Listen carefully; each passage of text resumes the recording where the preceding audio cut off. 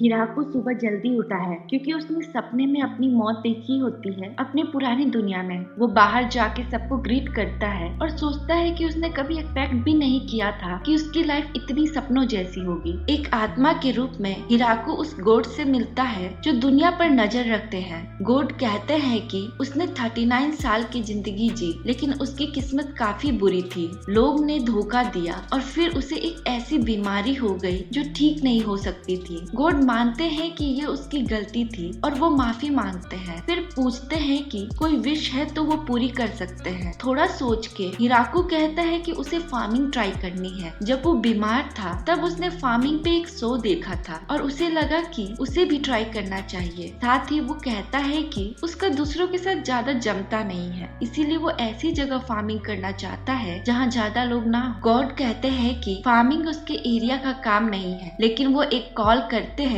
और सब अरेंज कर देते हैं। वो एग्रीकल्चर गॉड से परमिशन ले लेते हैं और हिराको को एक ऑलमाइटी फार्मिंग टूल का पावर दे देते हैं। हिराको एक जंगल में उठता है और खुश होता है कि अब वो हेल्दी है और फिर से प्रॉपर्ली मूव कर पा रहा है। वो डिसाइड करता है कि वहीं से अपनी फार्मिंग लाइफ स्टार्ट करेगा। उसे याद आता है कि उसके पास ऑलमाइटी फार्मिंग टूल है पर उसे यूज करना नहीं पता। तभी वो टूल मैजिकली उसके हाथ में अपीयर हो जाता है और वो डिगिंग स्टार्ट करता है। वो नोटिस करता है कि उसकी थकान बिल्कुल नहीं हो रही है। उसे मिट्टी का टेक्सचर सॉफ्ट लगता है और सोचता है कि यहाँ अच्छे वेजिटेबल ग्रो हो सकते हैं। फिर उसे याद आता है कि सबसे पहले तो खाने और पानी का जुगाड़ करना होगा। वो आसपास सर्च करता है, एक बड़ा ट्री दिखता है तो सोचता है कि इसे अपना लैंडमार्क बना लेता हूँ और यही बेस कैंप होगा। वो पानी के लिए रिवर ढूंढता है लेकिन कुछ नहीं मिलता। तब वो डिसाइड करता है कि जमीन के नीचे पानी ढूंढता हूँ। अपने टूल को समन करता है जो शॉवल बन जाता है और डिगिंग स्टार्ट करता है। कुछ देर बाद पानी भी मिल जाता है। ट्री के आसपास का एरिया क्लीन करते वक्त वो खाने के लिए कुछ सर्च करता है लेकिन कुछ भी नहीं मिलता। तब उसकी नजर एक छोटी ट्री पर पड़ती है जो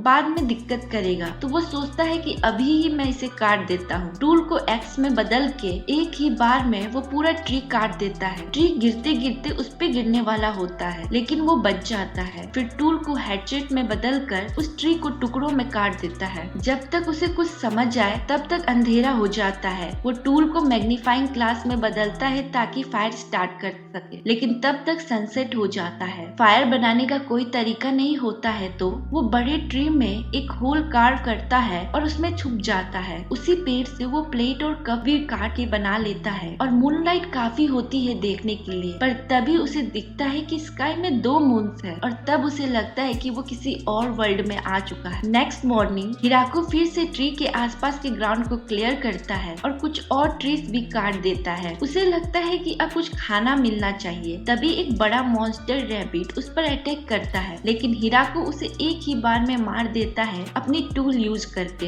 रैबिट को खा के वो सोचता है कि टॉयलेट बनाना चाहिए तो एक बड़ा होल डिग करता है जिसमें एंट्रेंस, गैस रिलीज होल और एक ट्री ट्रंक से सीट बना देता है। रिलैक्स नहीं कर पा रहा था तो टॉयलेट की सीट के आसपास छोटी सी कैबिन भी बना देता है। उसके बाद वो लैंड कल्टीवेट करना स्टार्ट करता है और सोचता है कि क्या ग्रो कर सकता है। सब कुछ रेडी होने के बाद उसे याद आता है कि उसके पास तो कोई सीड ही नहीं है जिससे वो कुछ उगा सके। नेक्स्ट मॉर्निंग हिराको सरप्राइज हो जाता है देखे कि कुछ प्लांट ऑलरेडी उगने लगे हैं। उसे लगता है कि शायद ये टूल की वजह से हो रहा है। वो डिसाइड करता है कि फील्ड के आसपास एक वॉल और एक बीच बनाए ताकि रैबिट्स और दूसरे एनिमल से प्रोटेक्शन हो। ये काम पूरा करने में उसे कुछ दिन लगते हैं लेकिन बीच में एक और रैबिट भी मार देता है। प्लांट काफी फास्ट ग्रो करते हैं और हिराको होप करता है कि ये खाने लायक हो, सिर्फ डेकोरेटिव फ्लावर्स ना निकले। उसके बाद वो एक हट बनाता है लेकिन जब लकड़ी उठाना मुश्किल लगता है तो वो सोचता है कि नीचे थोड़ा डिग कर लेता हूँ ताकि ऊपर हाइट मिल जाए। एक दिन उसे 2 डॉग्स दिखाई देते हैं बाहर। वो थोड़े से वाइल्ड दिखते हैं लेकिन एग्रेसिव नहीं होते तो हिराको उन्हें अंदर बुला लेता है। वो उन्हें थोड़ा बोर का मीट देता है जो उसने अभी थोड़ी देर पहले ही मारा था। सोच रहा था कि वो इतने सारे मीट का क्या करेगा। उसे नोटिस होता है कि फीमेल डॉग प्रेग्नेंट है और खाने के बाद उसे बर्थ पेन स्टार्ट हो जाता है। हिराको समझ जाता है कि वो डिलीवरी करने वाली है और कंफ्यूज हो जाता है कि क्या करे। फाइनली वो डिसाइड करता है कि उन्हें हट में रहने देता है और खुद ट्री के अंदर वाले होल में सो जाता है। नेक्स्ट मॉर्निंग वो जाके चेक करता है तो देखता है कि फीमेल डॉग ने 4 पपीज को जन्म दिया है। वो उन्हें थोड़ा और मीट देता है सेलिब्रेशन के लिए। हिराको सोचता था कि डॉग बर्थ के बाद चले जाएंगे, लेकिन वो वहीं रहने लगते हैं। उन्हें हट पसंद आ जाता है तो हिराको डिसाइड करता है कि अपने लिए नया घर बनाता हूँ। अब उसे कुछ टोमेटोज ग्रो कर लिए हैं और वो उन्हें एंजॉय करता है। डॉग्स थोड़ा हंटिंग भी करते हैं और हिराको के एरिया को प्रोटेक्ट भी करते हैं। हिराको उन्हें नाम रखता है, मेल डॉग का कुरो, फीमेल डॉग का युकी। पपीज के नाम रखता है कुरोची, कुरोनी, कुरोसान और कुरोयोन। अब हिराको का प्लान है कि एक स्टोर हाउस बनाना है और ज्यादा वेजिटेबल्स ग्रो करना और भी चीजें बनानी। दूसरी तरफ एक लड़की माउंटेन क्रॉस करना चाहती है, लेकिन एक आदमी उसे वार्न करता है कि वो एरिया डेंजरस। से पूछता है कि क्या उसने फॉरेस्ट ऑफ डेथ का नाम सुना है।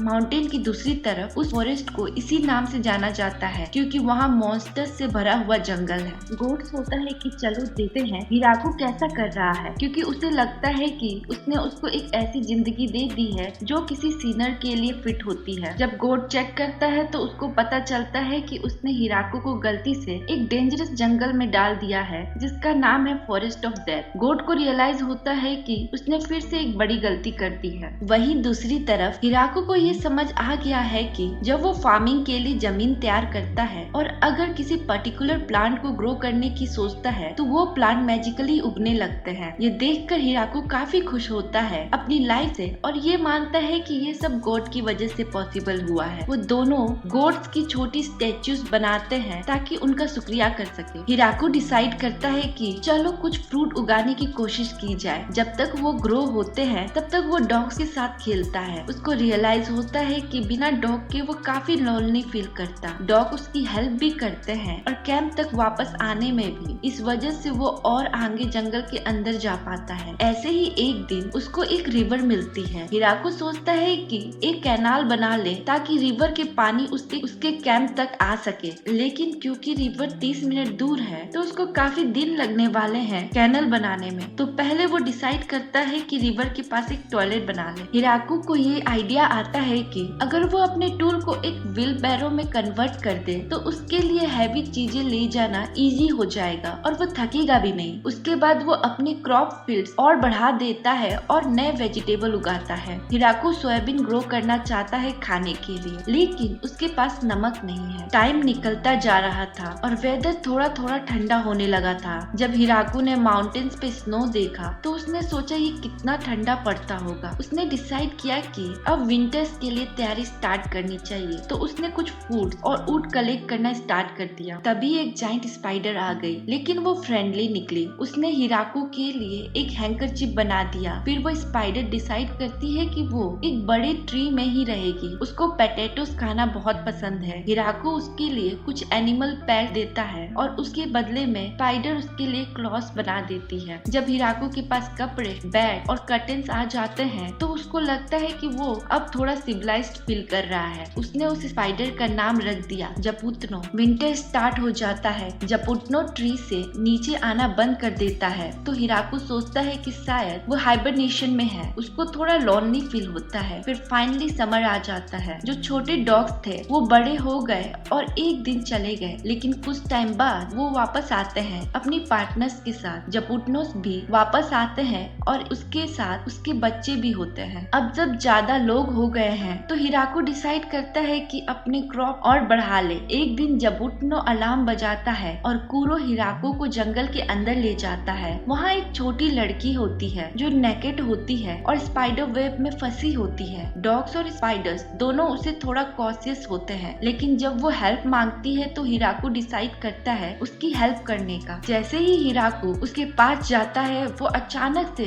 उसके नेक पर जंप करती है और बाइट कर देती है और फिर एक यंग वुमेन में ट्रांसफॉर्म हो जाती है। हिराको कंफ्यूज हो जाता है कि क्या ये कोई मॉन्स्टर है। डॉग्स तुरंत उस पे अटैक करते हैं और जब उसको मारते हैं तो वो फिर से छोटी लड़की बन जाती है। हिराको सोचता है कि क्या ये उसकी दुश्मन है क्योंकि उसने उसका ब्लड सक किया था, लेकिन वो लड़की एक्सप्लेन करती है कि वो कोई एनिमी नहीं है। उसको सिर्फ अपनी स्ट्रेंथ वापस पाने के लिए ब्लड चाहिए। उसने बोला कि उसने इतना ज्यादा एनर्जी यूज कर लिया था कि वो अपनी एडल्ट फॉर्म और क्लोज होल्ड नहीं कर पा रही। हिराको सोचता है कि डॉग्स ने फिर क्यों अटैक किया, तो वो लड़की बताती है कि उसने उनमें से एक को ले जाना चाहा था। हिराको को थोड़ा बुरा लगता है उसके लिए, तो वो अलाउ करता है कि वो थोड़ा और उसका ब्लड सक कर ले ताकि वो रिकवर कर सके। हिराको उस लड़की को अपने घर ले जाता है। लड़की सरप्राइज हो जाती है जंगल के बीच इतना बड़ा क्रॉप फील्ड देख और इतनी सारी अलग अलग सब्जियां देख के और भी हैरान हो जाती है। हिराको उसको एक टमाटो देता है जो उसको बहुत पसंद आता है। फिर वो और भी क्रॉप्स ट्राई करने का मन बनाती है। लड़की अपनी नाम बताती है रुरुसी। वो एक वैम्पायर है और बहुत एक्साइटेड है कि उसे इतनी सारी नई वेजेस मिल रही है ट्राई करने के लिए। रू बताती है कि वो मेडिकल प्लांट पे रिसर्च कर रही थी और कुछ नोबल्स के साथ उसकी फाइट हो गई थी क्योंकि वो लोग उसका रिसर्च चुराना चाहते थे। जब उन्होंने उसका पीछा करना शुरू किया तो रूह ने सुना था कि ये फॉरेस्ट बहुत डेंजरस है, तो वो वहाँ छुपने के लिए आ गई जब तक सब ठंडा नहीं हो जाता। साथ ही उसे लगा था कि शायद उसको कुछ नए प्लान भी मिल जाएंगे रिसर्च के लिए। उसको ये देखकर शौक लगता है कि हिराको इतनी डेंजरस फॉरेस्ट में रह रहा है और बीस्ट को भी टेम कर लिया है और वो एक अजीब सी मैजिक भी यूज करता है जिससे टूल्स बन जाते हैं। ये सब देखकर रूह और भी एक्साइटेड हो जाती है। हिराको को रियलाइज होता है कि ये कितना रेयर मूवमेंट है क्योंकि ये पहली बार है जब उसके किसी इंसान से कांटेक्ट हुआ है। शायद अगला चांस बहुत देर बाद आए, इसीलिए हिराको रूह को बोलता है कि क्या वो इसके साथ यहीं रह सकती है। रूह एक्सप्लेन करती है कि उसके पीछे लोग पड़े हैं और वो वैम्पायर भी है, लेकिन हिराको को फर्क नहीं पड़ा। हिराको कहता है कि वो यहाँ अकेले रहने आया था क्योंकि उसे लोग से डील करना मुश्किल लगता था, लेकिन अब उसे लगता है कि वो अकेला नहीं रहना चाहता और उसे ये भी समझ नहीं आ रहा कि वो और कितनी देर तक अकेला रह पाएगा। रूह मान जाती है और बोलती है कि वैसे भी उसके पास और कोई जगह नहीं है जाने के लिए, लेकिन वो थोड़ा शर्मा भी जाती है हिराको के ऑफर से। अगली सुबह रूह थोड़ी छोटी सी बच्ची बन जाती है। हिराको पूछता है ऐसा क्यों, तो रूह कहती है कि इस फॉर्म में हिराको खुद को कंट्रोल करेगा, मतलब डिस्टेंस बना के रखेगा। हिराको एग्री कर लेता है। हिराको उसको बताता है कि अब वो स्वीट पोटैटो उगाना चाहता है। फिर वो बोलता है कि रूह पहली विलेजर्स है इस जगह का। कुरो उस बात से डिसएग्री करता है तो हिराको हंसता है और कहता है ओके तुम 30 विलेजर्स। रूह पूछती है कि क्या हिराको कुछ मेडिकल हब उगा सकता है। हिराको बोलता है ट्राई करेंगे। रूह कहती है कि पहले हमें उनके राइट सीड्स ढूंढने होंगे, लेकिन हिराको बोलता है सीड की जरूरत नहीं है। मैजिक का यूज करके रूह टॉयलेट और दूसरी जगहों पे लाइट्स लगा देती है। हिराको ऑलमोस्ट सॉल्ट ढूंढने की उम्मीद छोड़ चुका था, लेकिन रूह उसे बताती है कि मिट्टी के एक लेयर में मोस्टली सॉल्ट ही है और उसे सरप्राइज होता है कि हिराको ने इतना डिगिंग करने के बाद भी नोटिस नहीं किया। हिराको अपने फ्रूट गार्डन को चेक करने के लिए सोचता है, लेकिन गैस करता है कि उनको वेजिस से ज्यादा टाइम लगता होगा ग्रो होने में। तभी जबूतनो अलार्म बजाता है और हिराको सोचता है कि क्या हो रहा है। वो रूह के साथ जाके चेक करता है तो देखता है कि एक और लड़की को स्पाइडर्स और डॉग्स ने पकड़ लिया है। वो माफी मांगती है कि उसने अटैक किया और हिराको से हेल्प मांगती है। जैसे ही हिराको उसे छोड़ता है वो मैजिक से अपने आप को हील कर लेती है। फिर उसकी नजर रूह पे पड़ती है और वो समझ जाती है कि रूह फॉरेस्ट में छुपी हुई थी और उसे पकड़ना चाहती है, लेकिन डॉग फिर से उस पे अटैक कर देते हैं। हिराको उस लड़की और रूह को वापस अपने घर ले आता है। रूह बताती है कि वो भी सेम सिचुएशन में थी। डॉग्स काफी रूथलेस हैं और मैजिक पे असर नहीं होता क्योंकि वो स्पेल को भी डॉज कर लेते हैं। वो लड़की पूछती है कि हिराको कौन है, तो रूह थोड़ा ब्लश करती है और बोलती है वो मेरा हस्बैंड है। लड़की अपना नाम बताती है टिया, एक एंजल। हिराको गैस करता है कि वो गॉड की सर्वेंट हो, लेकिन रूह बताती है कि एंजल्स एक वॉरियर रेस है जिसमें मसल्स ज्यादा होते हैं, ब्रेन्स कम। हिराको पूछता है कि टिया रूह के पीछे क्यों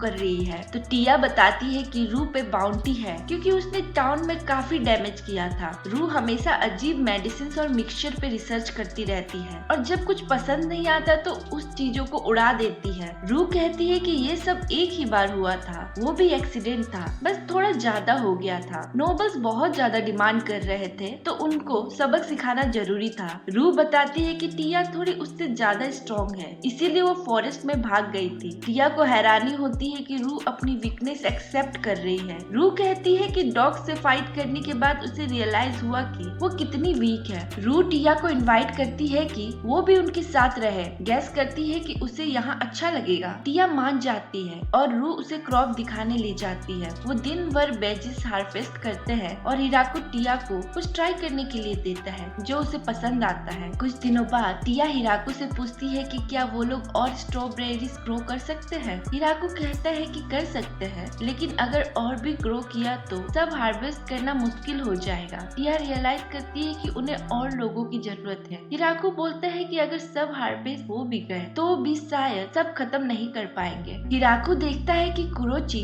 कुरोइन, कुरोसान और कुरोयोन के भी 3-4 बच्चे हो गए हैं और डॉग फैमिली काफी बढ़ गई है। जल्द ही वो बड़े हो जाएंगे और अपने पार्टनर्स ढूंढने निकलेंगे। रू को समझ आता है कि इसका मतलब और ज्यादा डॉग हो जाएंगे और हिराकू को रियलाइज होता है कि उनके लिए बनाया हार्ट अब छोटा पड़ जाएगा। तो वो डिसाइड करते हैं कि ऑर्किड के पास एक नया डॉग एरिया बनाएंगे। हिराकू ने अभी तक नए पपीज के नाम नहीं रखे हैं क्योंकि वो बहुत ज्यादा है और उसके लिए नेम सोचना मुश्किल हो रहा है। फिर हिराकू देखता है कि जपुतनों के भी कुछ बच्चे जा रहे हैं, लेकिन कुछ रहने का डिसीजन लेते हैं। टिया हिराकू से कहती है कि वो कुछ टाइम के लिए जा रही है और वो उड़ जाती है। कुछ दिनों बाद टिया वापस आती है काफी सारी हाई एल्फ लड़कियों के साथ। उन्होंने अपना नाम बताया, लिया, लीफ, निकोट, लीजे, लिली, लीता एंड लीज। हिराकू नोटिस करता है कि सबके नाम ली से शुरू हो रहे हैं। लिया बताती है कि सब एक फैमिली से है। टिया के कहने पे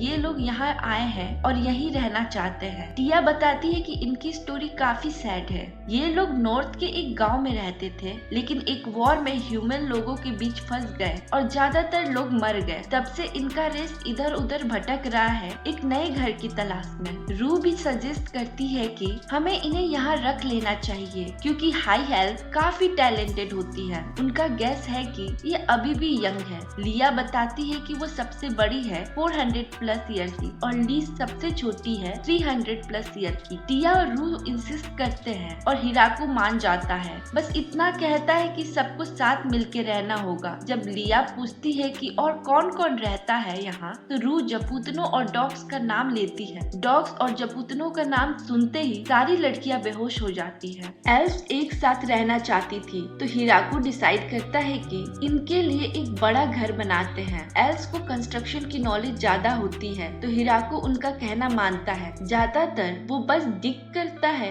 या लकड़ी लाता है। 10 दिन बाद घर तैयार हो जाता है। घर काफी बड़ा होता है। रू और टिया भी इम्प्रेस हो जाती है। हिराकू थोड़ा जेलस फील करता है, लेकिन एल्फ्स की कंस्ट्रक्शन टेक्निक देख के सोचता है कि अपना हट भी फिर से बनाएगा। घर में एक बड़ा सा लिविंग रूम होता है जहाँ सब मिलकर बैठ सकते हैं। दोनों तरफ स्टोरेज रूम और ऊपर के फ्लोर पे सबके इंडिविजुअल रूम। हिराकू सरप्राइज होता है देख के कि एल्फ्स मीट भी खाते हैं और फायर भी यूज करते हैं। उसके दिमाग में तो था कि एल्फ्स बस बेरीज खाते हैं, सनराइज पे उठते हैं, सनसेट पे सो जाते हैं, ट्री से प्यार करते हैं और मेटल यूज नहीं करते। लिया कहती है जंगल को अंडरएस्टिमेट मत करो, अगर ऐसे जियोगे तो जिंदा रहना मुश्किल है। लिया बताती है कि वो लोग माइनिंग और ब्लैक स्मिथिंग भी कर सकते हैं, लेकिन पहले उन्हें एक फर्नेस बनाना होगा जिसमें आयरन मेल्ट हो सके। हिराकू को शौक लगता है क्योंकि ये काम तो ड्रॉफ के होते हैं, लेकिन कुछ ही दिनों में वो फर्नेस बना लेते हैं और चीजें बनाना शुरू कर देते हैं। जब एक मेटल का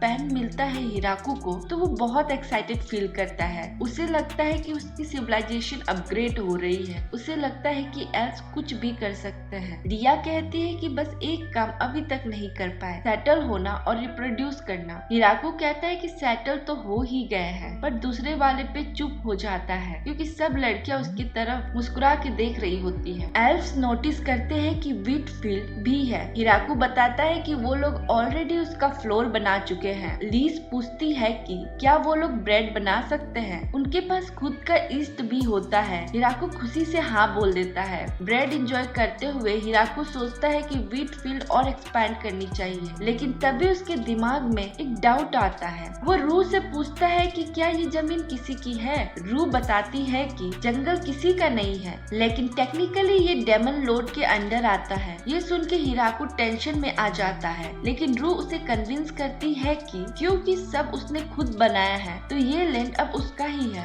टिया, रू और लिया तीनों हिराकू से इम्प्रेस्ड है। उसने इन्फर्नो उल्फ और डेमन स्पाइडर को भी टेम कर लिया है। क्रॉप्स भी अमेजिंग ग्रो हो रहे हैं। लिया सोचती है कि शायद सॉइल बहुत फर्टाइल है, लेकिन उन्हें ये भी सरप्राइज होता है कि हिराकू को वर्ल्ड के बारे में काफी कम पता है। उसके दिमाग में एल्फ्स और एंजल्स के कम्प्लीटली गलत इमेज बने हुए थे। तो वो लोग कंक्लूड करते हैं कि इसे बस थोड़ा नॉलेज नहीं बल्कि ज्यादा ही नहीं पता। तभी हिराकू अपने हट लैब में होता है और एक वुडन कप बना रहा होता है। उसे याद आता है कि उसने वाटरवे का काम काफी टाइम से पॉज कर रख दिया है। वो सोचता है कि क्या ये लड़कियां उसमें हेल्प करेंगी। जबूतनों ने हिराको को दिखाया कि उसने एक क्वीन बी पकड़ी है, क्योंकि ना तो जबूतनों को उसे खाना था और ना ही बी एग्रेसिव थी। हिराको डिसाइड करता है कि उस बी के लिए एक छोटा सा घर बना दे जिसमें वो अपने छत्ता बना सके। उसको उम्मीद होती है कि उससे थोड़ा हनी मिल जाएगा। टिया जो उड़ते हुए पास से जा रही होती है क्यूरियस हो जाती है कि हिराको क्या कर रहा है, लेकिन हाइट्स देखकर थोड़ा डर जाती है और उसे डिस्टर्ब करने के लिए सॉरी बोलती है। हिराको सोचता है कि अब उसे कुछ फूल भी उगाने पड़ेंगे बीज के लिए। उसके बाद हिराको एक बड़ी से गड्ढा खोदता है जिससे वो एक रिजर्वायर बनाना चाहता था। वो लिया को बताता है कि वो नदी से पानी खींचना चाहता है। लिया पूछती है कि पानी लाने का सिस्टम कितना बना लिया, तो पता चलता है कि हिराको ने अभी शुरू ही किया है। तो लिया सजेस्ट करती है कि पहले डिसाइड कर लेना है कि सिस्टम किस मटेरियल से बनेगा। हिराको सोचता है पत्थर से बनाएंगे, लेकिन लिया बताती है कि पत्थर लाना मुश्किल होगा। फिर हिराको ऊंट के बारे में सोचता है, लेकिन लिया बताती है कि वो लंबी पाइपलाइन बनेगी तो कई टुकड़े जोड़ने पड़ेंगे और लीकेज भी होगा। तो हिराको डिसाइड करता है कि मिट्टी से बनाएगा और ऑलमाइटी टूल की मदद से मिट्टी को इतना कॉम्पैक्ट कर देता है कि वो कंक्रीट जैसा स्ट्रॉन्ग बन जाती है। फिर हिराको वाटरवे की फाउंडेशन एल्व्स को हैंडल करने देता है और खुद सीम्स को सील करने और फाउंडेशन को स्ट्रॉन्ग बनाने पे फोकस करता है। उसी दौरान हिराको कुछ फिश भी पकड़ लेता है। टिया और रू फिश को पहचान लेती है और कहती है कि ये फॉरेस्ट ऑफ डेथ के डेंजरस फिश है, तो ये खाने लायक हो या नहीं वो डाउटफुल होती है। वो हिराको को बोलती है पहले टेस्ट करें। फिर सब ट्राई करते हैं और सबको बहुत टेस्टी लगती है। जब एल्व्स को भी पसंद आती है तो हिराको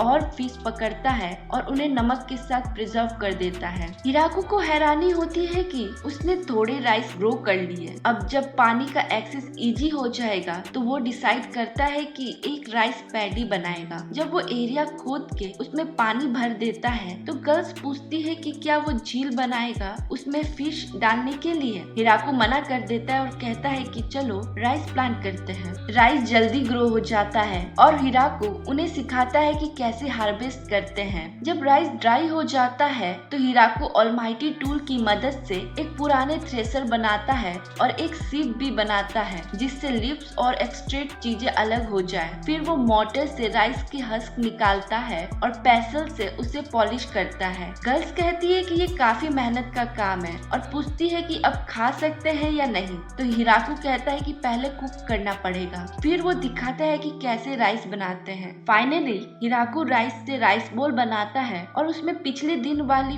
डाल देता है। गर्ल्स को राइस बोल इतना पसंद आता है कि वो सब कुछ खा जाती हैं। हिराको के लिए बस एक राइस ग्रेन ही बचा रहता है। गर्ल्स अपने आप को मैजिक से क्लीन कर सकती है, लेकिन हिराको के पास ऐसी पावर नहीं है। इसीलिए वो डिसाइड करता है कि एक बात बनाएगा। गर्ल्स कहती है कि वह नदी में भी नहा सकता है, लेकिन हिराको समझाता है कि बात का अपना मजा होता है, स्पेशली विंटर्स में भी बिना फ्रीज हुए नहा सकते हैं। गर्ल्स उसकी हेल्प करती है और बात का काम स्मूथली चलता है। लेकिन तब हिराको सोचता है कि क्या ये सही होगा अगर वो वेस्ट वाटर वापस नदी में डाले। टिया सजेस्ट करती है कि वो स्लाइम्स का यूज करेंगे क्योंकि वो वेस्ट वाटर को खाकर पानी क्लीन कर देते हैं। टिया कुछ स्लाइम्स ले आती है और हिराको उनके लिए एक प्यूरिफिकेशन पूल बनाता है। टिया ये भी बताती है कि उन्हें टॉयलेट में भी रख सकते हैं, लेकिन हिराको थोड़ा कंफ्यूज होता है कि क्या वो अपना काम किसी स्लाइम के सर पे करेगा। फिर हिराको देखता है कि कुछ मशरूम उसके वुडन लॉग्स पे उग रहे हैं। अब क्योंकि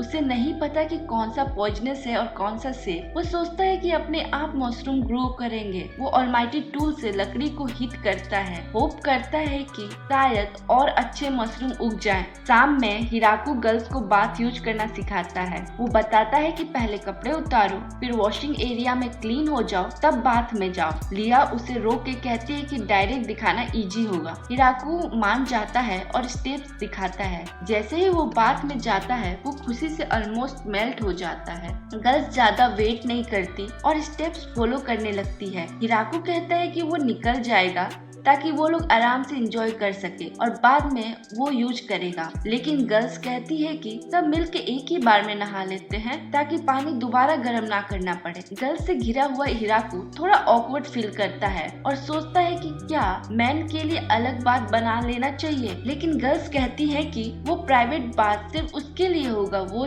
जो कि अनफेयर है। नेक्स्ट डे हिराकू देखता है कि कुछ मशरूम्स उग गए हैं तो डिसाइड करता है कि आज रात को मशरूम हॉटपॉट बनाएगा। तभी वो डॉग्स की आवाज सुनता है और देखता है कि उन्होंने 5 नए एल्फ्स ढूंढ के लाए हैं। गर्ल्स उनका इंट्रोडक्शन करवाती है और हिराकू नोटिस करता है कि सबका नाम ला से स्टार्ट होता है, मतलब सब रिलेटेड है। लिया बताती है कि वो उनको पहचानती है, सब एक ही गांव के थे लेकिन 200 साल पहले लास्ट टाइम मिले थे। हिराकू उन्हें भी अलाउ करता है कि यहाँ रहें और लिया कहती है कि उनके लिए घर बनाते हैं और इस मौके पे हिराकू के घर में भी कुछ इम्प्रूवमेंट्स कर लेते हैं। कुरो नोटिस करता है कि हिराकू के ग्रुप में फीमेल्स काफी बढ़ गई हैं। कुरो अपनी स्टोरी बताता है, वो फॉरेस्ट में अकेला रहता था और कभी किसी मेल से नहीं हारा था, वो अपनी मर्जी से जीता था। एक दिन उसकी मुलाकात एक फीमेल से होती है जो उसे हरा देती है। फिर वो दोनों साथ ट्रेवल करते हैं और फीमेल प्रेग्नेंट हो जाती है। पर एक दिन उनका सामना होता है क्रैपल बियर से जो इस फॉरेस्ट का किंग है। वो दोनों हार जाते हैं लेकिन बियर उन्हें नहीं खाता है। दोनों इंजर्ड हो जाते हैं और खुद से हंट नहीं कर पाते, इतने कमजोर हो जाते हैं कि छोटी छोटी प्रे भी उन्हें भगा देती है। ऐसे में वो फॉरेस्ट के सेंटर तक पहुंच जाते हैं जहाँ तक क्रैपल बियर भी नहीं जाता। वहाँ उन्हें एक ह्यूमन दिखता है जो अकेला रहता है। कुरो सोचता है कि इतना वीक इंसान यहाँ कैसे सर्वाइव कर रहा है, लेकिन फिर उसे ऑलमाइटी टूल का एक लिमिटलेस पावर फील होती है। कुरो सोचता है अब तो उनका दी एंड हो जाएगा, लेकिन हिराकू उन्हें खाना देता है और उनका ध्यान रखता है। तब कुरो और उसकी वाइफ डिसाइड करते हैं कि अब से हिराकू ही उनका मास्टर है। हिराकू उन्हें नाम देते हैं और घर देता है। उनके बच्चे ग्रो कर जाते हैं और कुरो का परिवार बढ़ता है। हिराकू भी अपने ग्रुप का लीडर बन जाता है। कुरो की बस एक ही कंसर्न है कि हिराकू अब तक नहीं समझ पाया है कि कुरो एक डेंजरस इन्फर्नो उल्फ है। फिर भी कुरो को लगता है कि सब ठीक रहेगा और वो थैंकफुल है हिराकू से मिला। हिराकू का नया घर फाइनली कंप्लीट हो गया। उसके बाद लड़कियां उसके पूरा घर दिखाती है और उसका रूम भी दिखाती है। एक रूम पे बोल्ट लगा होता है तो हिराकू सोचता है कि अंदर क्या है। जब वो उसे खोलता है तो देखता है कि डबल बेड है, तो वो तुरंत बंद कर देता है और प्रिटेंड करता है कि कुछ देखा ही नहीं। अगले दिन हिराकू डिसाइड करता है कि वो एक ऐसा डिश बनाएगा जो उसने पहले कभी नहीं बनाया, कड़ी। वो एक लड़की को अपने खेतों के एक सेक्शन में ले जाता है जहाँ पे बहुत सारे अननोन प्लांट होते हैं। हिराकू एक्सप्लेन करता है कि ये कुछ ऐसे प्लांट्स हैं जो बर्फ पड़ने वाले एरियाज में ग्रो नहीं करते, पर उसके ऑलमाइटी टूल की वजह से ये यहाँ ग्रो हो रहे हैं। वो सबसे पहले क्यूमिन कलेक्ट करता है, फिर टर्मरिक लेता है और बताता है कि ये कड़ी को उसका कलर देता है। उसके बाद कोरिएंडर लेता है और कहता है कि इसका पाउडर बनाना पड़ेगा। फिर सिलेंट्रो लीव्स भी लेता है जिसका स्मेल डॉग्स को पसंद नहीं आता। लड़कियां सोचती है कि शायद इस प्लांट पे थोड़ा रिसर्च करना चाहिए। फिर वो ब्लैक पेपर और कैनियन पेपर भी कलेक्ट करता है। जब सब स्पाइस कलेक्ट हो जाते हैं हिराकू अलग अलग स्टेप स्टार्ट करता है। तभी देखता है कि सिर्फ लिया ही वहाँ पे है। लिया बताती है कि रू और टिया बिजी हैं। वो दोनों एक पावरफुल प्रोटेक्शन टेलिस्मेन पे रिसर्च कर रहे हैं। हिराकू कुकिंग स्टार्ट करता है। पहले रैपसीड ऑयल हीट करता है जो उन्होंने एक्सट्रैक्ट किया था और उसमें रैबिट मीट डाल देता है। जब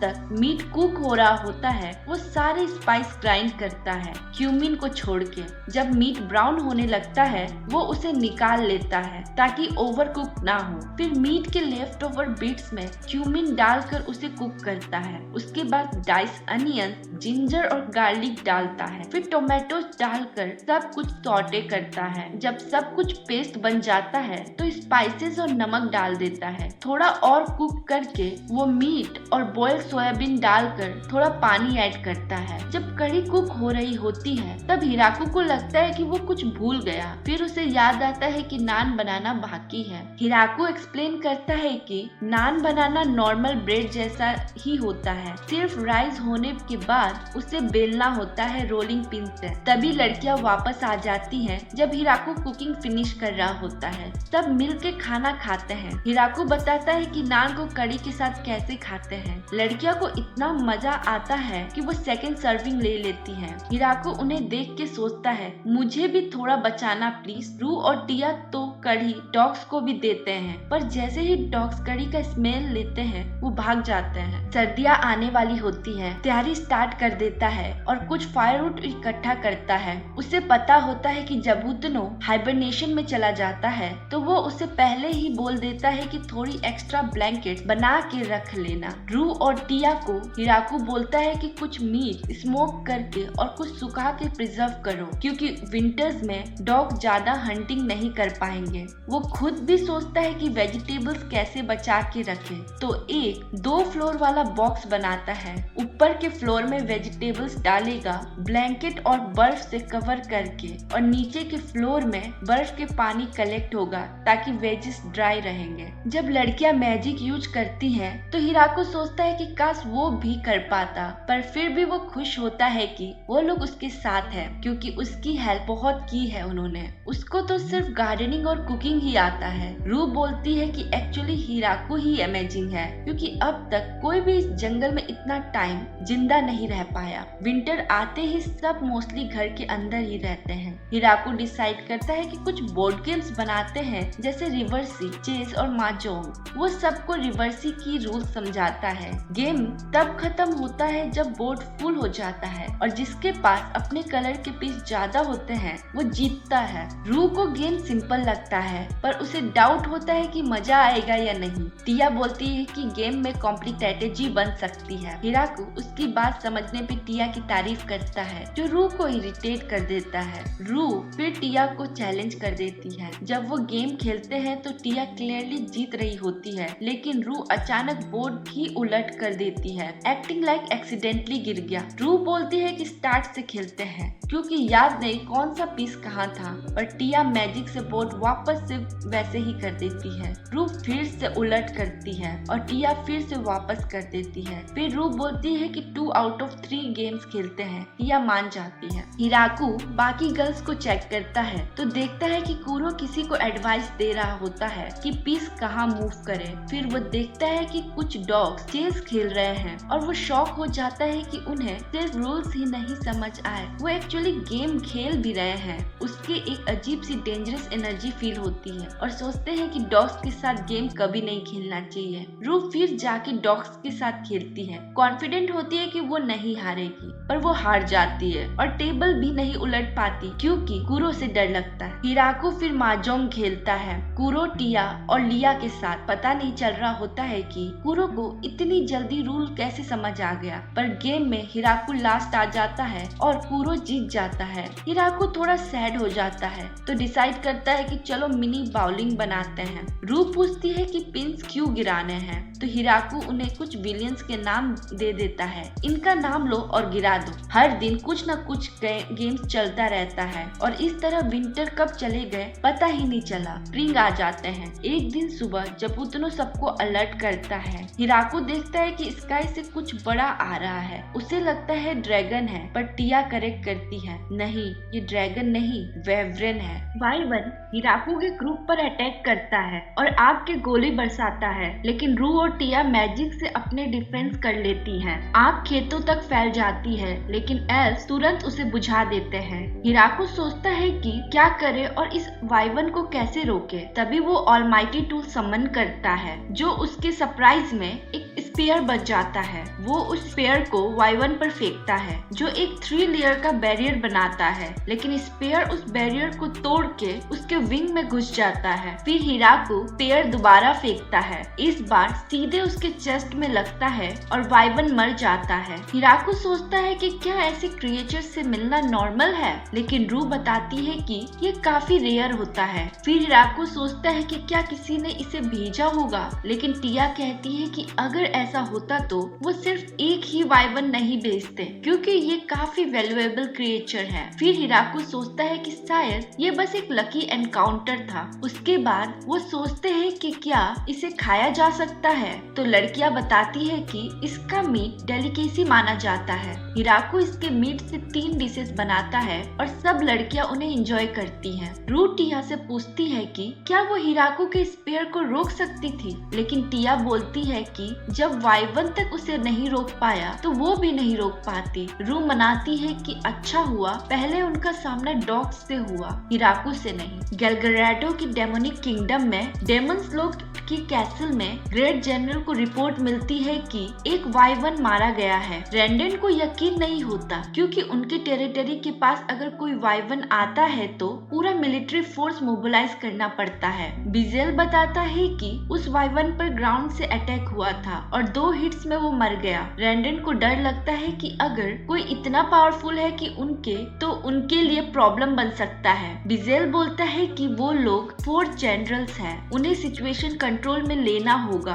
वरना लोगों में डर फैल जाएगा। रेंडेन बोलता है कि उन्हें रिजाइन कर देना चाहिए, लेकिन बिजेल उसे रोकता है। दूसरी तरफ गेट कीपर ड्रैगन्स के एरिया में ड्राइमी के लेयर में डोरेम, जो एक ब्लू ड्रैगन है, गुची से पूछता है कि क्या उसने फाइट देखी थी। गुची कंफर्म करता है। डोरेम सोचता है कि अगर उस पे वो स्पेयर अटैक होता तो क्या होता, और गुची बोलता है कि वो स्पेयर शायद उसके अंदर से क्लीनली घुस जाता। डोरेम कंफ्यूज होता है कि क्या करे, और गुची बोलता है कि अटैक करना बेवकूफी होगा। हिराकू को वाइवन का मीट काफी पसंद आया, लेकिन उसे लगा कि कुछ मिसिंग है, तो उसने फाइनली डिसाइड किया कि अब अल्कोहल बनानी चाहिए। उसने सोचा कि अगर इस दुनिया में वाइन होती होगी तो ग्रेप्स से ही बनते होंगे। गर्ल्स एक्साइटेड हो गई और सबने मिलके जल्दी से ग्रेप्स हार्वेस्ट कर लिया। फिर हिराकू ने एक जगह बनाई जहाँ उसने ग्रेप्स रखे और गर्ल्स को अपने पैरों से उस ग्रेप्स को क्रश करने के लिए बोला। पहले सबको थोड़ा ऑकवर्ड लगा,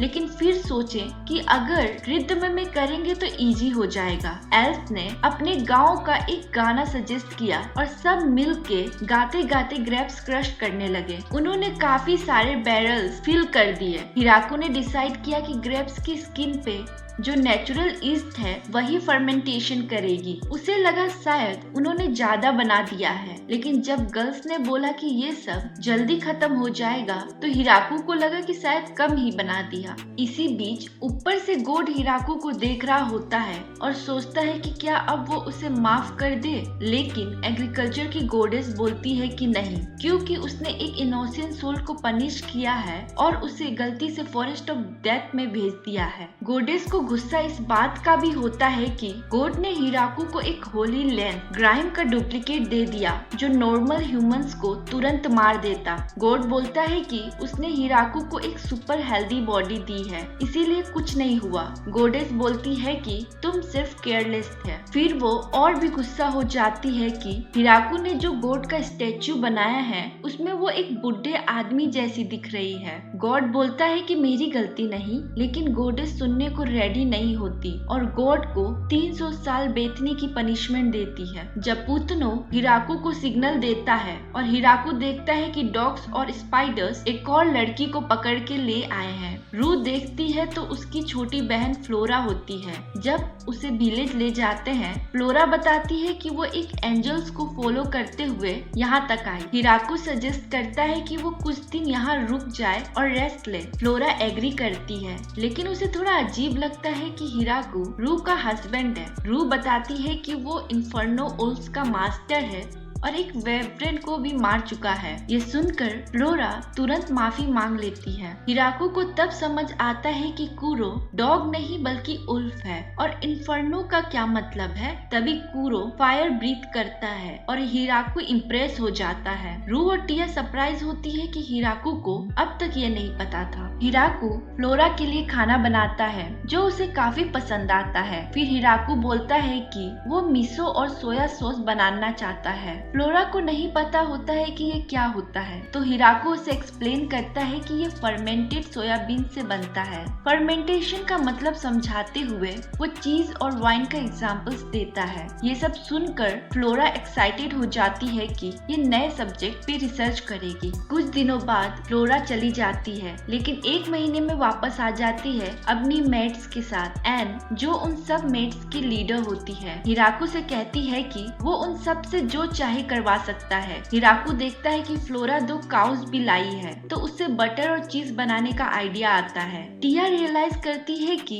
अब वैम्पायर्स, एल्फ, वुल्फ और स्पाइडर सब बड़े ग्रुप्स बन गए हैं, लेकिन वो अकेली है, तो वो थोड़े टाइम के लिए चली जाती है। जब वापस आती है तो अपने अंडरलाइंस ले आती है 3 एंजल्स, ग्रेन मारिया, कुदेल और क्रोनो। कुछ लिजर्ड मैन, दागा उनका रिप्रेजेंटेटिव होता है, और एक चिकन भी। ओगर रेस के मेड आते ही सब काम फास्ट होने लगता है। हिराको नोटिस करता है कि वो लोग कॉम्प्लेक्स डिशेस नहीं बनाते, तो वो उन्हें अपने कुकिंग मेथड सिखाता है। ओगर्स इंटरेस्टेड हो जाते हैं और कुकिंग करने लगते हैं। 3 एंजल्स को टिया फॉरेस्ट पेट्रोल का काम देती है। हिराको को पहले लगा था वो आर्मर में क्यों आए, लेकिन अब उसे समझ आता है कि टिया ने उन्हें सिक्योरिटी के लिए रखा है। वाइवन वाले इंसिडेंट के बाद लिजर्ड मैन हैवी वर्क करते हैं और कंस्ट्रक्शन फास्ट होने लगता है। हिराको दागा को एक स्कार्फ पहनाता है कि ताकि वो उसे पहचान सके। हिराको को फील होता है कि पॉपुलेशन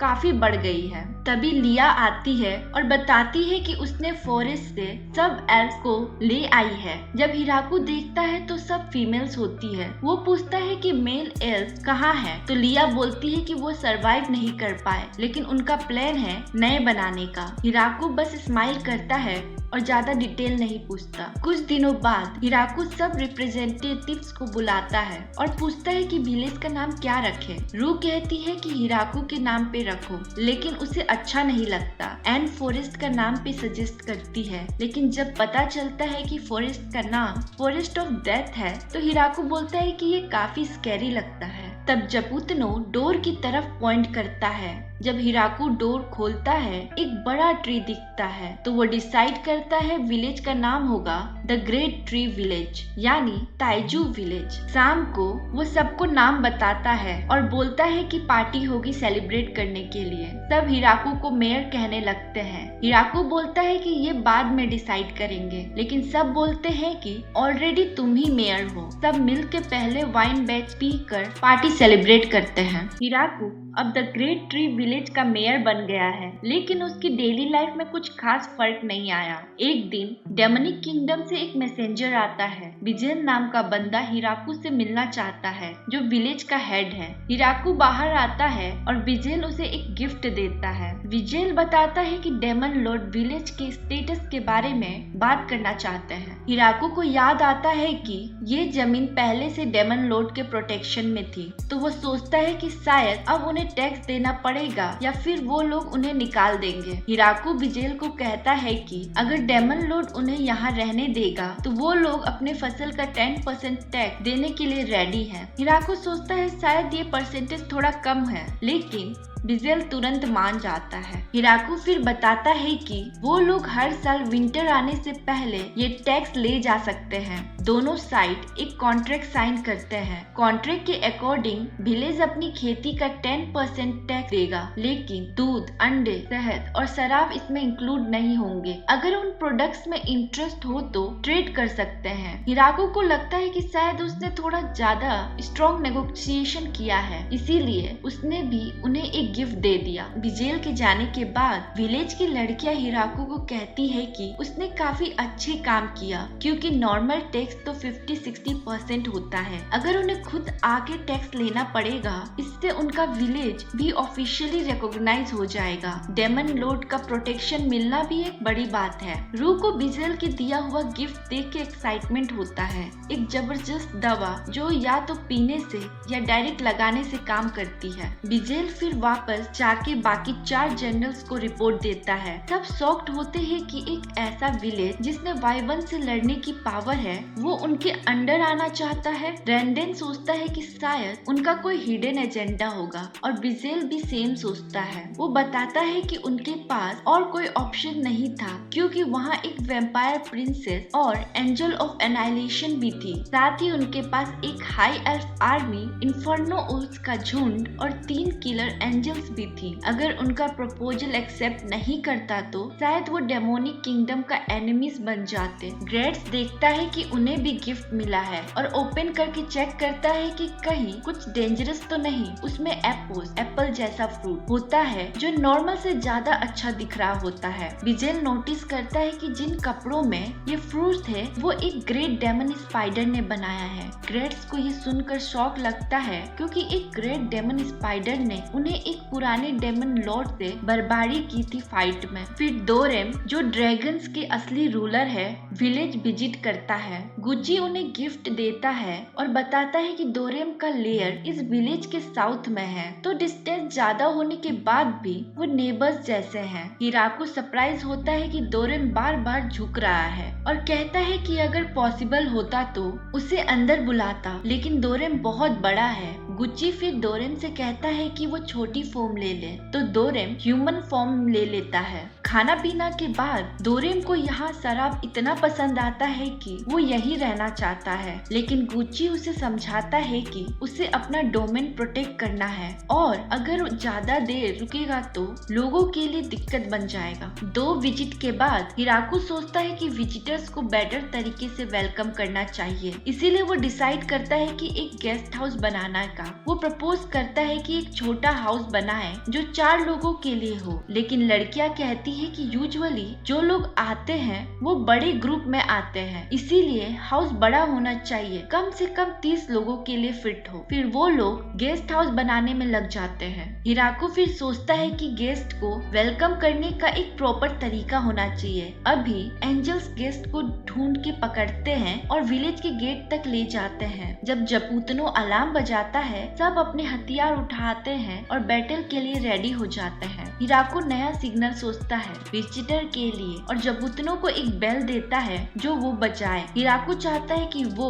रू और टिया मिलके गेस्ट को वेलकम करे, लेकिन ये आइडिया रिजेक्ट हो जाता है और उसे कुछ एल्फ, ओनी मैन और लिजर्ड मैन भी ऐड करना पड़ता है। जल्दी गार्व के कुछ बेट्समैन हाउलिंग विलेज से गेस्ट बन के आते हैं और बताते हैं कि वो हिराको के विलेज के साथ रिलेशनशिप बनाना चाहते हैं। रू हैंडल करती और पूछती है कि क्या इतने ही है। गार्व कंफर्म करता है। रू कहती है कि जो भी और आए वो दुश्मन माना जाएगा। इन्फर्नो उल्स फिर और लोगों को लाते हैं और गार्व के ग्रुप से और वो माफी मांगते हैं। रू उन्हें बिहेव करने को कहती है और फिर विलेज में इनवाइट करती है। जब उन्हें गेस्ट हाउस में ले जाते हैं तो वहाँ उन्हें लॉक कर देते हैं। टिया कहती है कि अब तक जितने भी गेस्ट आए हैं सब लोग कुछ न कुछ गिफ्ट लेकर आए हैं। वो अभी श्योर नहीं है कि वो दुश्मन है या नहीं, लेकिन वो नॉर्मल विजिटर का रूल्स फॉलो नहीं कर रहे हैं, इसीलिए उन्हें नॉर्मल ट्रीटमेंट नहीं मिलेगी। लड़कियां फैंसी खाना या शराब देने के खिलाफ होती है, लेकिन हिराको उन्हें मना लेता है और उनको थोड़ी शराब देने को कहता है। जब बेट्समैन खाते पीते हैं हिराको उनसे पूछता है कि उन्हें विलेज के बारे में कैसे पता चला। गार्ड बताता है कि उन्होंने डेमन लॉर्ड के लोगों से सुना। हाउलिंग विलेज में वो हंटिंग और माइनिंग करके जिंदा रहते हैं और दूसरे ह्यूमन विलेजेस के साथ ट्रेड करते हैं, लेकिन ह्यूमन विलेजेस में कुछ प्रॉब्लम्स हो गई हैं, इसीलिए ट्रेड अनस्टेबल हो गया है, तो उन्होंने नए लोगों से ट्रेड करना का सोचा। टिया पूछती है कि कुछ लोग छुप के क्यों रहते हैं। एक बेट्समैन बताता है कि अगर कुछ उनके लोगों के साथ हो जाए तो वो वापस जाके अपने विलेज को रिपोर्ट करेंगे। अगली सुबह गार्ड बताता है कि वो ट्रेड करना चाहता है और एक ओपन मार्केट बनाना चाहता है, लेकिन उनके लिए यहाँ गुड्स लाना मुश्किल है, तो वो चाहता है कि हिराकू उनके विलेज आए क्योंकि वो जंगल में आसानी से घूम सकता है। हिराकू सोचता है कि वो उल्स को काट खींचने के लिए यूज कर सकता है और उनके विलेज जा सकता है। पहले ट्रेड के लिए गार्फ ने अपनी माइनिंग की हुई चीजें लाई है, जैसे silverware, glass work, metal work, और वो खाना चाहता है बदले में। हिराकू एग्री करता है और उनके पास जो खाना है वो ले आता है। जब जा रहे होते हैं, गार्फ कहता है कि उसे नहीं पता था कि यहाँ के लोग विजिट करते वक्त गिफ्ट्स लाते हैं। उनके विलेज में ऐसा कस्टम नहीं है। वो प्रॉमिस करता है कि अगली बार कुछ लाएगा, लेकिन वो भी ज्यादा फैंसी नहीं होगा क्योंकि वो गरीब है। हिराकू बताता है कि वैल्यू से ज्यादा सोच जरूरी है। कुछ टाइम बाद हिराकू सोचता है कि अब हाउलिंग विलेज के साथ ट्रेड करना चाहिए, लेकिन लड़कियां उसे जाने नहीं देती और डिसाइड करते हैं कि टिया कुछ लिजर्ड मैन के साथ जाएगी। नॉर्मली 10 दिन लगते हैं वहाँ जाने में, लेकिन डोरेम फास्ट ले जाने के लिए रेडी हो जाता है। बस एक बैरल वाइन चाहिए बदले में। डोरेम पहली विजिट के बाद रेगुलरली विलेज आता है और हमेशा ट्रेजर्स या हथियार गिफ्ट्स लेके आता है, इसीलिए कोई कंप्लेन नहीं करता। कुछ दिन बाद टिया वापस आती है और डोरेम थोड़ा उदास लगता है। टिया बताती है कि जब बीट्समैन ने उन्हें ड्रैगन के साथ देखा तो वो शॉक हो गए और पहले कुछ चीजें लेने से मना कर दिए, लेकिन टिया के कहने पर फ्री सैंपल्स दिए और बीट्समैन को वो चीजें काफी पसंद आई, तो उन्होंने सब कुछ ट्रेड कर लिया। डोरेम कंप्लेन करता है कि उन्होंने उसका वाइन का बैरल भी ट्रेड कर दिया। हिराकू उसे कहता है कि आज रात डिनर में ज्यादा पी लेगा, तो डोरेम फिर से खुश हो जाता है। टिया बताती है कि हाउलिंग विलेज का मेयर चाह रहा है कि कुछ लोग उसके विलेज से यहाँ आकर बसे। हिराकू कहता है कि हमें ज्यादा लोग चाहिए काम के लिए, तो वो खुश होगा अगर लोग आएंगे तो। टिया बताती है कि 20 लोग आना चाहते हैं और सब यंग लड़कियां हैं। हिराकू थोड़ा डिसअपॉइंटेड होता है क्योंकि विलेज में ऑलरेडी ज्यादातर फीमेल्स हैं और वो सोचता है कि फ्यूचर में प्रॉब्लम हो सकता है। फिर भी वो मान जाता है, लेकिन रिक्वेस्ट करता है कि 2 यंग लड़के भी भेजे। फीमेल बीट्समैन का ग्रुप आता है और सीना अपना इंट्रोडक्शन करती है। वो शुक्रिया करती है कि उन्हें एक्सेप्ट किया गया है और कहती है कि वो तैयार है जो भी काम हिराकू कहे करने के लिए, बस चाहते हैं कि उन्हें छोड़ा ना जाए। हिराकू कहता है कि वो धीरे धीरे जगह को समझे और अपनी पसंद का घर बनवाने के लिए रिक्वेस्ट कर सकते हैं। वो कहता है कि फिक्र मत करो, कोई उन्हें नहीं निकालेगा। हिराकू सोचता है कि वो लड़के जो उसने मांगे थे कहाँ हैं। सीना बताती है कि वो 3 लड़के भी लाए हैं जैसे उसने बोले थे। हिराकू उन्हें देख के शॉक्ड होता है, लेकिन फिर सोचता है कि 5-10 साल में शायद वो विलेज के फ्यूचर में मदद करेंगे। शुरू में बीट्समैन को लगा कि उनके साथ बुरा बिहेव होगा, लेकिन जब ऐसा कुछ नहीं होता तो वो जल्द ही विलेज की लाइफ में एडजस्ट हो जाते हैं। हिराकू नोटिस करता है कि सीना मैजिक यूज करती है और सोचता है कि शायद सबको मैजिक आता है, सिर्फ उसे छोड़ के। सीना उसे कंफर्ट करने की कोशिश करती है और बताती है कि बीट्समैन के बच्चे भी अभी मैजिक नहीं कर पाते और वो साथ में सीख सकता है, लेकिन हिराकू को लगता है कि एक दिन ये सब उससे आगे निकल जाएंगे। हिराकू कुछ एप्पल हार्वेस्ट करता है, लेकिन तभी उसे विलेज के पास कुछ आवाज सुनाई देती है और जमीन हिलने लगती है। ग्रैंड मारिया तुरंत आके बताती है कि फॉरेस्ट के नॉर्थ एरिया में एक ग्रैपलिंग बियर और एक ब्लडी वाइपर फाइट कर रहे हैं। हिराकू सोचता है कि क्या बियर का मीट खा सकते हैं और ग्रैंड मारिया से कहता है कि उसे मॉन्स्टर दिखाए। जब वो वहाँ पहुँचते हैं, ग्रैंड मारिया कहती है कि वापस चले और पहले प्लान बनाते हैं, लेकिन हिराकू कहता है कि उसे नीचे छोड़ दो। जैसे ही ग्रैंड मारिया उसे नीचे छोड़ती है, हिराकू मॉन्स्टर्स पे अटैक करता है और एक ही अटैक में दोनों को मार देता है। किलर एंजल शॉक्ड होते हैं और कहते हैं कि हिराकू कितना स्ट्रॉन्ग है, क्योंकि वो लोग भी एक अटैक में इन मॉन्स्टर्स को नहीं मार पाते। बाद में हिराकू डिसाइड करता है कि बियर के मीट वाइन के साथ पका के वाइन ब्रेस क्रैपल बियर बनाते हैं, लेकिन उसे टेस्ट ज्यादा पसंद नहीं आता, थोड़ा वाइल्ड लगता है। जब लड़कियों को पता चलता है कि हिराकू ने उनकी प्रीसियस वाइन यूज की तो वो शॉक्ड हो जाती है, लेकिन हिराकू समझाता है कि वाइन से कुकिंग नॉर्मल होती है। फिर वो वाइपर को फ्राई करते हैं और उसका टेस्ट उसे फ्राइड चिकन जैसा लगता है, जो उसे ज्यादा पसंद आता है। वाइपर का टेस्ट चिकन जैसा होने के बाद हिराकू कुछ ट्राई करना चाहता है। वो फ्लोरा के पास जाता है और कहता है क्या उसके पास कोई एंटीबैक्टीरियल चीज है। वो एक्सप्लेन करता है कि उसे ऐसी चीज चाहिए जो माइक्रो ऑर्गेनिज्म को मार दे ताकि कोई स्टमक इश्यू ना। फ्लोरा एक पोशन देती है और कहती है कि ये सब कुछ उड़ा दे। हिराकू कहता है कि कुछ हल्की चीज दो, तो फ्लोरा दूसरा पोशन देती। हिराकू फिर मीसो की प्रोग्रेस के बारे में पूछता है। फ्लोरा बताती है कि अभी तक कोई प्रोग्रेस नहीं हुआ। उसने हिराकू की इंस्ट्रक्शन फॉलो लेकिन फर्मेंटेशन नहीं हुआ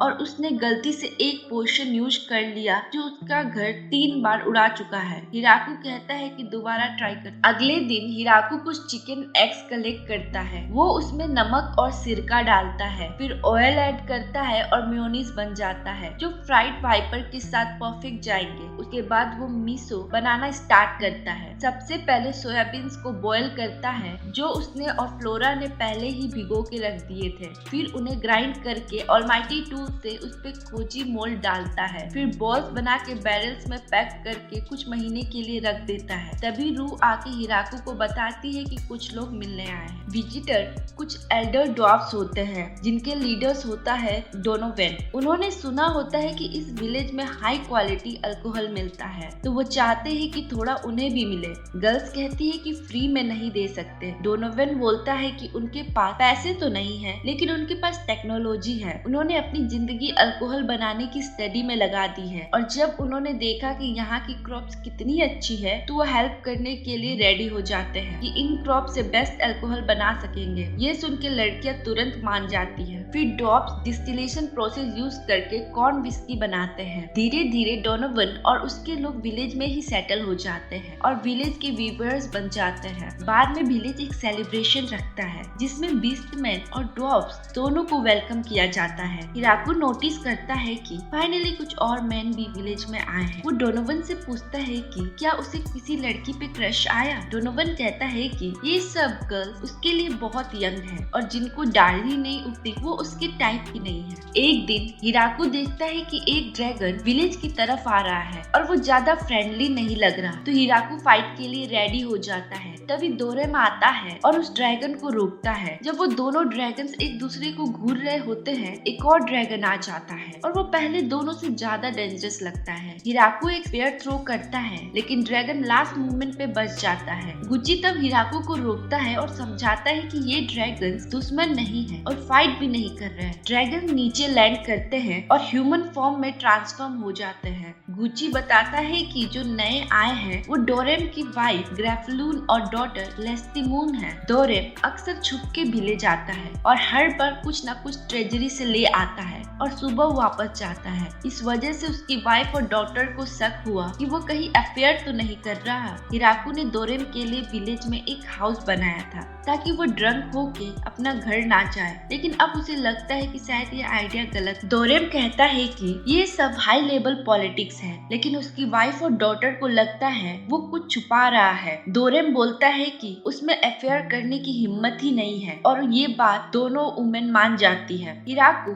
उनसे पहले वाले अटैक के लिए सॉरी बोलता है, लेकिन डोरेम अपनी फैमिली से भी माफी मांगता है। लेस्टिमून माफी मांगती है कि उसने विलेज को ऑलमोस्ट जला दिया होता और ग्रेफलून माफी मांगती है कि उसने हिराकू को मारने का सोच लिया था क्योंकि उसने उसकी बेटी पे पेयर पॉइंट किया। सब कुछ क्लियर हो जाता है तो हिराकू रिलैक्स हो जाता है। डोरेम अपनी वाइफ और डॉटर से पूछता है कि अब समझ गए कि वो क्या कर रहा है। ग्रेफलून कहती है हाँ, उनके पास लोग कम है लेकिन पावर इतनी है कि किसी को भी चैलेंज कर सकते हैं। ये उसने कभी एक्सपेक्ट नहीं किया था। लेस्टिमून भी एग्री करती है कि ग्रेफलून खुद उस अटैक को अवॉइड कर पाई बस एक स्पाइडर की वजह से जो उसका ओल्ड फ्रेंड है। अगर वो स्पाइडर हेल्प ना करता तो वो बचा ही नहीं पाती। ग्रेफलून फिर लेस्टिमून से कहती है कि इस विलेज में ही रहो और इंश्योर करो कि ये पावर कभी उनके अगेंस्ट यूज ना हो। हिराकू मान जाता है कि लेस्टिमून यही रहे और वो तुरंत हेल्प करना स्टार्ट करती है, लेकिन क्योंकि वो ड्रैगन है और बहुत स्ट्रॉन्ग है, वो जो चीजें टच करती है वो टूट जाती है। हिराको कंफ्यूज होता है कि उसे क्या काम दे, क्योंकि डोरेम ने बोला था कि उसे कोई काम दो। फिर हिराको नोटिस करता है कि उल्फ, चिकन और काऊ सब उससे डर रहे हैं। टिया एक्सप्लेन करती है कि ड्रैगन सिर्फ स्ट्रॉन्ग नहीं, वो स्मार्ट और वाइज भी होते हैं। हिराको के दिमाग में आइडिया आता है। वो लेस्टी मून को डिप्लोमेटिक काम दे देता है और उसे बिजेल के पास भेजता है।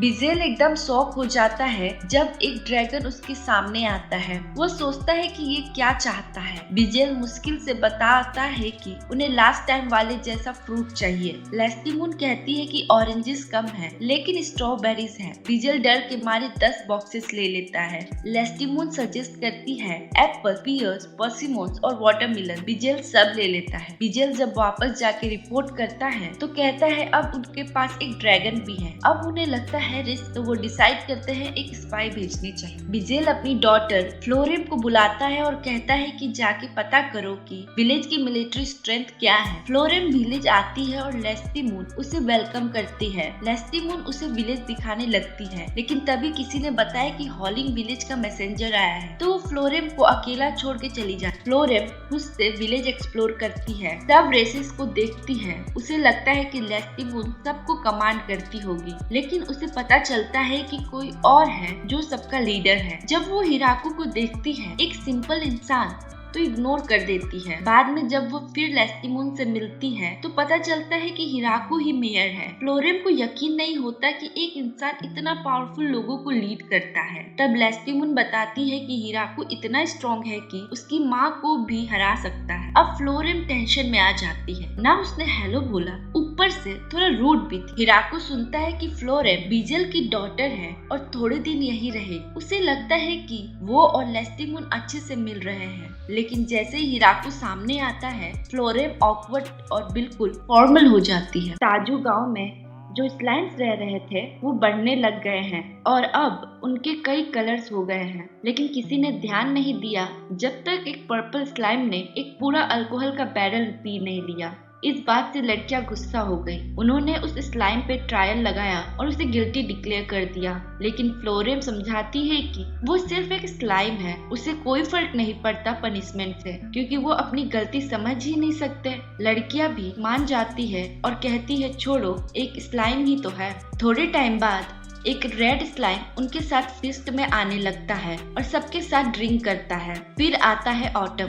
हिराको और सब लोग हॉटपॉट का मजा ले रहे होते हैं। हिराको बोलता है अगर थोड़ा सी फूड होता तो और भी टेस्टी हो हॉटपॉट बनता। लड़कियां पूछती है कि सी फूड मतलब क्या। हिराको कहता है जैसे कोड, क्रैब्स, मॉन्ग फिश और कॉम्बो सीवीड। रू फ्लोरा से कहती है कि इन चीजों पे रिसर्च करो। टिया हैरान होती है कि क्रैब्स कैसे खा सकते हैं, वो तो हार्ड होता है। फ्लोरेम बताती है कि एक हार्बर सिटी है शशातो, जो डेमोनिक किंगडम में है और यहाँ से साउथ जाके पहुँच सकते हैं। लेस्टी मून डिसाइड करती है कि वो उड़ के जाएंगी और फ्लोरेम भी साथ जाती है, क्योंकि उसका एक मर्चेंट दोस्त वहीं पे रहता है। 3 दिन बाद लेस्टी मून और फ्लोरेम वापस आती है एक मर्चेंट माइकल गोरुम के साथ, जो शशातो सिटी का है। वो हिराको से मिलता है और फिश दिखाता है जो वो लाया है। कॉम्बो के बारे में बताता है कि नॉर्मली तो फिशरमैन उसे फेंक देते हैं, लेकिन इस बार उसने उसे कलेक्ट करवाया। माइकल कहता है कि उसके विजिट के 3 मकसद है। एक तो हिराको से प्रॉपर्ली मिलना और उससे शुक्रिया कहना, दूसरा और ज्यादा बिजनेस अपॉर्चुनिटी डिस्कस करना, और तीसरा ये कि वो ऑफिशियली विलेज का गवर्नमेंट प्रोवर बन सके, मतलब जो विलेज और आउटर वर्ल्ड के बीच का सारा बिजनेस हैंडल करे। वो अपनी कंपनी का प्रोडक्ट लिस्ट दिखाता है और प्रपोजल पे और डिस्कशन होती है। शाम में जाने से पहले माइकल कहता है कि अगली बार अल्कोहल के बारे में बात करनी है, लेकिन लेस्टी मून गुस्से से चिल्लाती है कि वो अल्कोहल नहीं दे सकते। माइकल डर जाता है और तुरंत टॉपिक छोड़ देता है। लेस्टी मून उसे वापस शशातो छोड़ के आती है। माइकल जाते वक्त विलेज को देख के ही डर जाता है। 3 दिन पहले माइकल के एक आदमी ने उसे बोला कि कोई विजिटर उससे मिलना चाहता है। माइकल ने पहले बोला कि वो बिजी है, उनसे तुम ही हैंडल करो, लेकिन आदमी कहता है कि विजिटर ने माइकल का नाम लिया है और कुछ गुड्स भी लाए हैं और उसे समझ नहीं आ रहा होता है कि क्या करे। माइकल हैरान होता है क्योंकि ये उनके रूल्स के अगेंस्ट है, लेकिन उसकी गट फीलिंग बोलती है कि मिल लेना चाहिए। जब माइकल मिलता है वो फ्लोरेम को देखकर और भी शॉक्ड होता है क्योंकि वो क्रोम फैमिली की है। उसे अच्छा लगता है कि उसने उसे रिजेक्ट नहीं किया, वरना उसका सर गया होता। फिर वो दूसरी लड़की से पूछता है और सुनता है कि वो लेस्टी मून है, वो क्रेजी ड्रैगन। लड़कियां उसे कुछ गुड देती है और कहती है कि उन गुड के बदले उन्हें कुछ चाहिए जो वो ढूंढ के लाए। माइकल जब एप्पल्स देख रहा होता है तो उसे समझ आता है कि ये वही फ्रूट है जिनके बारे में पूरा डेमोनिक किंगडम बातें कर रहा है। हर एक एप्पल की उसे सिल्वर कॉइन मिलेंगे। बाकी फ्रूट्स देख के भी वो हैरान होता है कि इतना सब लाई है। पहले उसे लगा था रिस्क है, लेकिन अब समझ आता है कि पैसा अच्छा मिलेगा। वो हाँ बोल देता है और कहता है कि उनके लिए बेस्ट प्रोडक्ट ढूंढ के लाएगा। वो बोलता है कि वो लड़कियों के साथ वापस विलेज जाना चाहता है। जब लड़कियां कहती है कि वो फॉरेस्ट ऑफ डेथ के ताइजू विलेज जा रही हैं, तो माइकल थोड़ा घबरा जाता है। उसे विलेज के सब लोगों से डर लगता है, बस हिराको को छोड़ के। उसे लगता है कि डील तो सॉलिड है, पैसा भी बनेगा, लेकिन बॉडी बच के वापस आ पाए या नहीं ये श्योर नहीं है। फिर एक और ड्रैगन गांव में आता है। हिराको सोचता है कि ये डोरेन से रिलेटेड है, लेकिन वो ड्रैगन आके हिराको पे अटैक करता है और उसका मजाक उड़ाता है। तब हिराको सीरियस हो जाता है और अपने स्पीयर को उस पर फेंक देता है। पहले लगता है मिस हो गया, लेकिन सेकंड थ्रो में वो ड्रैगन को गिरा देता है। ड्रैगन एक लड़की बन जाती है और कहती है वो सरेंडर करती है। डोरेम आके बताता है कि वो उसकी बड़ी बहन हाकुरिन है। हाकुरिन बोलती है कि डोरेम ने बोला था कि लेस्टिमून को वो शादी में दे रहा है और एक दिन उसकी शादी मेयर से करेगा। डोरेम कहता है कि हो सकता है कि उसने ड्रंकेन में कह दिया हो। हाकुरिन देखने आई थी कि मेयर कैसा बंदा है और सुना था कि वो स्ट्रॉन्ग भी है, इसीलिए चेक करने आई थी। डोरेम कहता है असली रीजन ये नहीं है, हाकुरिन बस गुस्से में आई थी। हाकुरिन कंफर्म करती है लेस्टिमून उससे 900 साल छोटी है और वो पहले शादी करने जा रही है। हिराको बोलता है ठीक है, आई हो तो टेस्ट ले लो, लेकिन तुम्हें इतना मेस क्रिएट किया है तो वो साफ भी तुम ही करोगी। डिनर के बाद हाकुरिन कहती है चलो अब माजोंग खेलते हैं, लेकिन कुछ ना कुछ दाव पर लगाना पड़ेगा। डोरेम सोचता है कि हिराको के पास क्या होगा दाव पर लगाने के लिए। हिराको कहता है कि उसके पास तो कुछ ऐसा नहीं है जो वो लगा सके, बस एक आइडिया है, पनिशमेंट वाला माजोंग, जैसे स्ट्रिप माजोंग। हाकुरिन, डोरेम और लेस्टिमून सब रेडी हो जाते हैं क्योंकि तीनों काफी कॉम्पिटिटिव है और हारना पसंद नहीं करते। गेम स्टार्ट होता है, लेकिन थोड़ी ही देर में हिराको के पास सिर्फ एक कपड़ा बचा होता है। उसे लगता है कि अब चांस है जीतने का, लेकिन वो फिर से हार जाता है और अपनी पैंट भी उतारनी पड़ती है। दूसरी तरफ विजेल बताता है कि हाकुरिन भी हिराको के गांव में देखी गई है। ग्लेड्स और टेंशन में आ जाता है कि अब उनके पास इतनी पावर हो गई है कि शायद किंगडम को ही ले ले। डेमन लॉर्ड गारगार्ड बोलता है कि उसकी बेटी सुबह से उसके बात तक नहीं कर रही है, मूड ऑफ है, लेकिन ग्लेड्स इग्नोर कर देता है और कहता है कि अब हमें फंड कलेक्ट करना है और मिलिट्री फोर्स रेडी करनी है। तभी वो देखता है कि रेंडेन फिर से भाग गया है। इधर हाकुरिन डिसाइड करती है कि वो गांव में ही रहेगी। जो भी काम उसे दिया जाता था वो आसानी से कर लेती थी, पर कंप्लेन भी जरूर करती थी। लास्ट में वो बच्चों की टीचर बन जाती है, उन्हें पढ़ना लिखना और मैथ सिखाती है। एक दिन लेमिया लड़कियां, जिनकी लीडर होती है जुनैन, गिफ्ट लेकर आती है और हिराको से कहती है कि उनकी जान बख्श दी जाए। हिराको को कुछ समझ नहीं आता कि ये क्या कह रही है, तो वो समझाती है कि छोटे उल्स और स्पाइडर ने फॉरेस्ट के एक डंजन को क्लियर कर दिया, जिस वजह से लेमिया अपने घर से भाग गई। हिराको कहते हैं कि वो उनकी जेम के बदले अपनी क्रॉप दे देंगे। लेमिया वापस अपने घर चली जाती है। हिराको कहता है कि अगर वो ऐसे ही ट्रेड करती रही तो उसे खुशी होगी और लेमिया एग्री करती है, लेकिन हिराको उनसे एक रिक्वेस्ट करता है, जब वो आए तो थोड़ा कपड़े पहन कर आए क्योंकि वो टॉपलेस रहती है।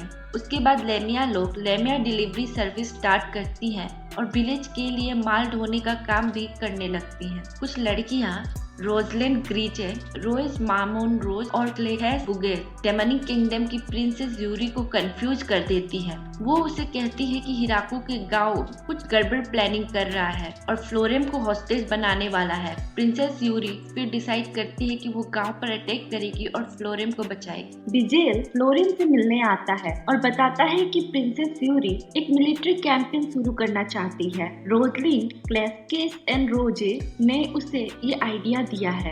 उनका टारगेट है हिराको का विलेज। फ्लोरेम को ये लड़कियां काफी बेवकूफ लगती है क्योंकि उसने तो ऑलरेडी उनको रिपोर्ट भेजी थी कि ये विलेज कितना पावरफुल है। बिजेल बताता है कि वो रिपोर्ट उन्हें इतनी ओवर द टॉप लगी कि उन्होंने सोचा कि ये सब झूठी है। बिजेल को लगता है अगर फ्लोरेम उन्हें रोकने की कोशिश करेगी तो वो सोचेंगे कि फ्लोरेम ही ट्रेटर है, लेकिन वो चाहता है कि फ्लोरेम कोई आइडिया सोचे अटैक रोकने का। अटैक नेक्स्ट डे होने वाला होता है तो फ्लोरेम प्लान बनाती है कि विलेज की पावर दिखानी है बिना विलेज को डिस्टर्ब किए। वो लेमिया गर्ल्स जो जुने लीड करती है को 10 बॉक्सेस एप्पल देती है और सिर्फ 3 लेमिया 300 सोल्जर को रोक लेती है और उन्हें सरेंडर करवा देती है। इसके बाद रोजलिन, क्लेकेस एंड रोइस को विलेज ले आया जाता है। फ्लोरेम बताती है कि अब ये 3 विलेज में काम करेंगी जैसे कि उनकी लाइफ इस पे डिपेंड करती हो। अब ये फ्लोरेम के अंडर काम करेंगी, लेकिन अगर इन्होंने कुछ भी विलेज के खिलाफ किया तो हिराको डायरेक्टली इन्हें हटा सकता है। फिर हिराको पूछता है कि चौथी लड़की के बारे में क्या, जो थ्रोन पे बैठी है, तो फ्लोरेम बताती है कि वो बस ऑब्जर्व करने आई है। जब हिराको चला जाता है फ्लोरेम इन लड़कियों से कहती है कि अगर वो ईमानदारी से काम करेंगे तो उनकी गलतियां माफ की जा सकती है। उन्हें अपनी असली आइडेंटिटी भी छुपानी पड़ेगी और प्रिंसेस यूरी को भी एक नॉर्मल इंसान की तरह ट्रीट किया जाएगा। फिर फ्लोरेम उन्हें विलेज का टूर देती है, लेकिन क्योंकि वो नोबल बैकग्राउंड से आई होती हैं, उन्हें लगता है कि ये विलेज उनके लायक नहीं है, तो वो भागने की सोचती हैं। लेकिन जैसे ही भागने लगते हैं उन्हें इन्फर्नो वुल्व्स और स्पाइडर मिलते हैं और वो डर के वापस आ जाती है। अपनी सेफ्टी के लिए वो लोग फ्लोरेम का काम करने लगती हैं और धीरे धीरे उनका नाम पड़ जाता है द टाउन हॉल गर्ल्स। जब यूरी देखती है कि ये विलेज कितना शांत और अच्छा है तो उसे रिग्रेट होता है कि उसने यहाँ पर वॉर लाने का सोचा था। फ्लोरेम सोचती है कि डेमन लॉर्ड ने उसे क्यों नहीं रोका, तो यूरी बताती है कि उसने सुना था कि फ्लोरेम को किसी ने हॉस्टेज बना लिया है, इसीलिए वो परेशान हो गई थी। दोनों चाइल्डहुड फ्रेंड्स होते हैं तो वो डिसाइड करते हैं कि फ्लोरेम यूरी से सब कुछ शेयर करेगी और उसे एक नॉर्मल इंसान की तरह ट्रीट करेगी। बाद में यूरी भी फार्मिंग में हाथ बताती है और वो 3 लड़कियों को भी फोर्स करती है कि हेल्प करने के लिए। जब टाइम आता है रिटर्न का तो वो 3 नोबल लड़कियां बोलती हैं कि वो अभी नहीं जाएंगी क्योंकि उन्होंने अभी तक सबकी हेल्प का बदला नहीं दिया। उन्हें और काम सीखना है विलेज के बारे में, लेकिन असली रीजन ये होता है कि उन्हें विलेज का खाना, बात और बिना स्ट्रेस वाली लाइफ पसंद आ गई होती है। यूरी जब वापस अपने घर आती है तो वो डेमन लॉर्ड गार्गार्ड बिजेल से कंप्लेन करता है कि यूरी अब ज्यादा मैच्योर लगती है और हमेशा बिजी रहती है। बिजेल कहता है कि लगता है यूरी अब पॉलिटिक्स और डिप्लोमेसी में इंटरेस्ट ले रही है। फिर वो कहता है कि कभी कभी बेटियां बड़े हो जाती है और माँ बाप को पता भी नहीं चलता। गार्गार्ड को एडल्ट सब सुन के लगता है कि यूरी किसी लड़के से मिली है और वो उसको मार देना सोचता है। बिजेल उसे वार्न करता है कि अगर उसने ऐसा सोचा तो यूरी उससे नफरत कर देगी। ये सुन के गार्गार्ड शांत हो जाता है। दूसरी तरफ हिराको के विलेज में प्री विंटर क्रॉप्स का हार्वेस्ट शुरू होता है, लेकिन इतना ज्यादा खाना हो जाता है कि रखने की जगह ही नहीं होती। लेस्टिमोन सजेस्ट करती है कि थोड़ा उसके फादर को भेज देते हैं। हिराको एग्री करता है। फिर हाराकुन सजेस्ट करती है कि वो अपने माँ बाप को भी भेज सकती है। वो बताती है कि उसके फादर नॉर्थ में और मदर साउथ में रहती है। टिया रियलाइज करती है कि वो एम्पेरर ड्रैगन दूसू और ह्यूरिकेन ड्रैगन रेमेरा की बेटी ह्यूरिकेन ड्रैगन रेमेरन की बात कर रही है। लेस्टिमोन अपने फादर के पास जाती है क्रॉप्स देने और फिर शशातो सिटी भी क्रॉप्स देती है। माइकल गोरोन उसे एक मॉन्स्टर को मारने को बोलता है जो ट्रेड शिप को अटैक कर रहा होता है और लेस्टिमोन हैप्पीली उसे हरा देती है। दूसरी तरफ हारून नॉर्थ जाती है और वापस आते वक्त कुछ लोग मिल जाते हैं जो विलेज में शिफ्ट होना चाहते हैं। उनका लीडर होता है या। हिराको सोचता है कि ये लोग डार्क एल्फ्स हैं, लेकिन यह बताती है कि ये लोग माउंटेन एल्फ्स कहलाते हैं। या समझाती है कि पहले वो माउंटेन्स में रहते थे, लेकिन अब उन्हें खाना ढूंढने में दिक्कत हो रही है। हिराकू सोचता है कि क्या करे। ये सुनकर या माफी मांगती है और कहती है कि वो समझती है कि किसी अननोन को मदद देना आसान नहीं होता, तो वो लोग चले जाएंगे। लेकिन हिराकू कहता है कि उसका मतलब ये नहीं था। वो तो बस ये सोच रहा था कि जब तक उनके लिए घर नहीं बनता है तब तक उन्हें कहाँ सुलाए। जब हिराकू उन्हें विलेज में एक्सेप्ट कर लेता है तो या खुश हो जाती है और कहती है कि उनका ग्रुप एक्सीलेंट हंटर्स है, वो अपना खाना खुद ढूंढ लेंगे। वो लोग ट्राई करते हैं कुछ पकड़ने का, लेकिन मॉन्स्टर्स उनसे ज्यादा स्ट्रॉन्ग निकलते हैं। हिराकू उनसे कहता है कि चिंता मत करो। फिर या देखती है कि हिराकू कुछ बना रहा है। हिराकू बताता है कि वो पोट्री बनाने की कोशिश कर रहा है लेकिन फेल हो जाता है। फिर वो कहता है कि उसे क्ले की जरूरत है। या तुरंत बोलती है कि वो ढूंढ के देगी, क्योंकि उसे जमीन का और उसके अंदर क्या है उसकी अच्छी समझ है और मॉन्स्टर्स से वो इजिली बच पाएगी। या क्ले ढूंढ लेती है और उससे कुछ पोट्री भी बना लेती है, जो देखकर हिराकू बहुत खुश होता है। थोड़े टाइम बाद हिराकू को पता चलता है कि एक नया डंजन मिला है। लड़कियां एक्साइटेड होती है और एक सर्वे टीम भेजी जाती है इन्वेस्टिगेट करने के लिए। तब तक हिराकू फाइनली मेल बात फिनिश कर लेता है और उसे यूज करता है। बाहर फ्लोरेम उन तीनों लड़कियों को पकड़ लेती है और सच बुलवाती है। वो कन्फेस करती है कि वो हिराकू की बैक मसाज करने का प्लान कर रही होती है ताकि उसके करीब आ सके। फ्लोरेम गुस्सा होती है और कहती है कि वो टीम सबसे लोवेस्ट रैंक में है, उन्हें सीधा टॉप पे जंप मारने की कोई हक नहीं है। सर्वे टीम वापस आती है और बताती है कि डंजन में एक डेंजरस मॉन्स्टर ब्लड पाइपर है, तो एक एक्सटर्मिनेशन पार्टी भेजना पड़ेगा। एल्स इंसिस्ट करते हैं कि उन्हें उस मॉन्स्टर का मीट चाहिए क्योंकि उनके पूरे क्लैन का सर्वाइवल उस पर डिपेंड करता है। यह एक्सप्लेन करती है कि ब्लड वाइपर का मीट बहुत वैल्यूएबल होता है, उससे बॉडी में एनर्जी आ जाती है, हस्बैंड वाइफ का रिलेशन इम्प्रूव होता है और कहा जाता है कि बच्चे होने की ब्लेसिंग भी मिलती है। हिराकू तब समझ जाता है कि ये लोग मीट क्यों चाहते हैं। वो गर्ल्स को शांत करते हैं और कहते हैं कि इस बात पर पूरा विलेज मिल के डिस्कस करेगा। फिर विंटर आ जाता है। हिराकू रू से मिलने जाता है क्योंकि वो थोड़ा ठीक महसूस नहीं कर रही होती है। रू अपने सिम्टम्स बताती है। सेना पूछती है कि क्या उसे खट्टा खाने का मन करता है। रू बताती है कि उसका एपेटाइट तो नहीं है लेकिन टोमेटोज और फ्रूट खा लेती है। सेना फिर बताती है कि उनके विलेज में एक और लड़की है जो उसको ऐसे ही सेम सिम्टम्स आ रहे हैं। हिराकू पूछता है फिर क्या हुआ उसके साथ, तो सेना कहती है कि उन्हें कांग्रेचुलेशन दिया गया था बेबी के लिए। रू की प्रेगनेंसी ठीक चल रही है लेकिन इस वजह से वो अब ट्रांसफॉर्म नहीं कर सकती। मेड इंसिस्ट करती है कि वो हिराकू से पहले उठ जाए, इसीलिए हिराकू थोड़ा लेट उठने लगा ताकि मेट्स को भी थोड़ा रेस्ट मिल जाए। गांव काफी बड़ा हो गया है तो अब ब्रेकफास्ट 3 ग्रुप्स में डिवाइड किए गए हैं। हिराकू फर्स्ट ग्रुप में होता है जब वो ब्रेकफास्ट कर रहा होता है। ग्रैंड मारिया बताती है कि 3 किलर्स रैबिट ने फार्म में घुसने की कोशिश की थी लेकिन कोरो और दूसरे उल्फ्स ने उन्हें मार दिया। उनका मानना है कि ये अच्छा है क्योंकि रैबिट्स बार बार आते हैं तो उनका मीट मिलता रहता है। हिराकू ऑब्जर्व करता है कि एंजल्स ड्यूटी के वक्त बड़े कंपोस्ट और प्रॉपर होते हैं लेकिन जैसे ही ऑफ ड्यूटी होते हैं वो लेजी मोड में चले जाते हैं। खाना बनाना और कपड़े धोना भी दूसरों पे छोड़ देते हैं। ब्रेकफास्ट के बाद हिराकू का काम स्टार्ट हो जाता है। उसे गार्डन में कुछ पेस्ट दिखते हैं और वो अपने ऑलमाइटी टूल से उन्हें हटा देता है। फिर हिराकू लंच ब्रेक लेता है जो वहाँ के लोगों के लिए न्यू कॉन्सेप्ट था। एल्व्स तो ब्रेकफास्ट भी नहीं करते थे। इनिशियली उन्हें ये लगता था कि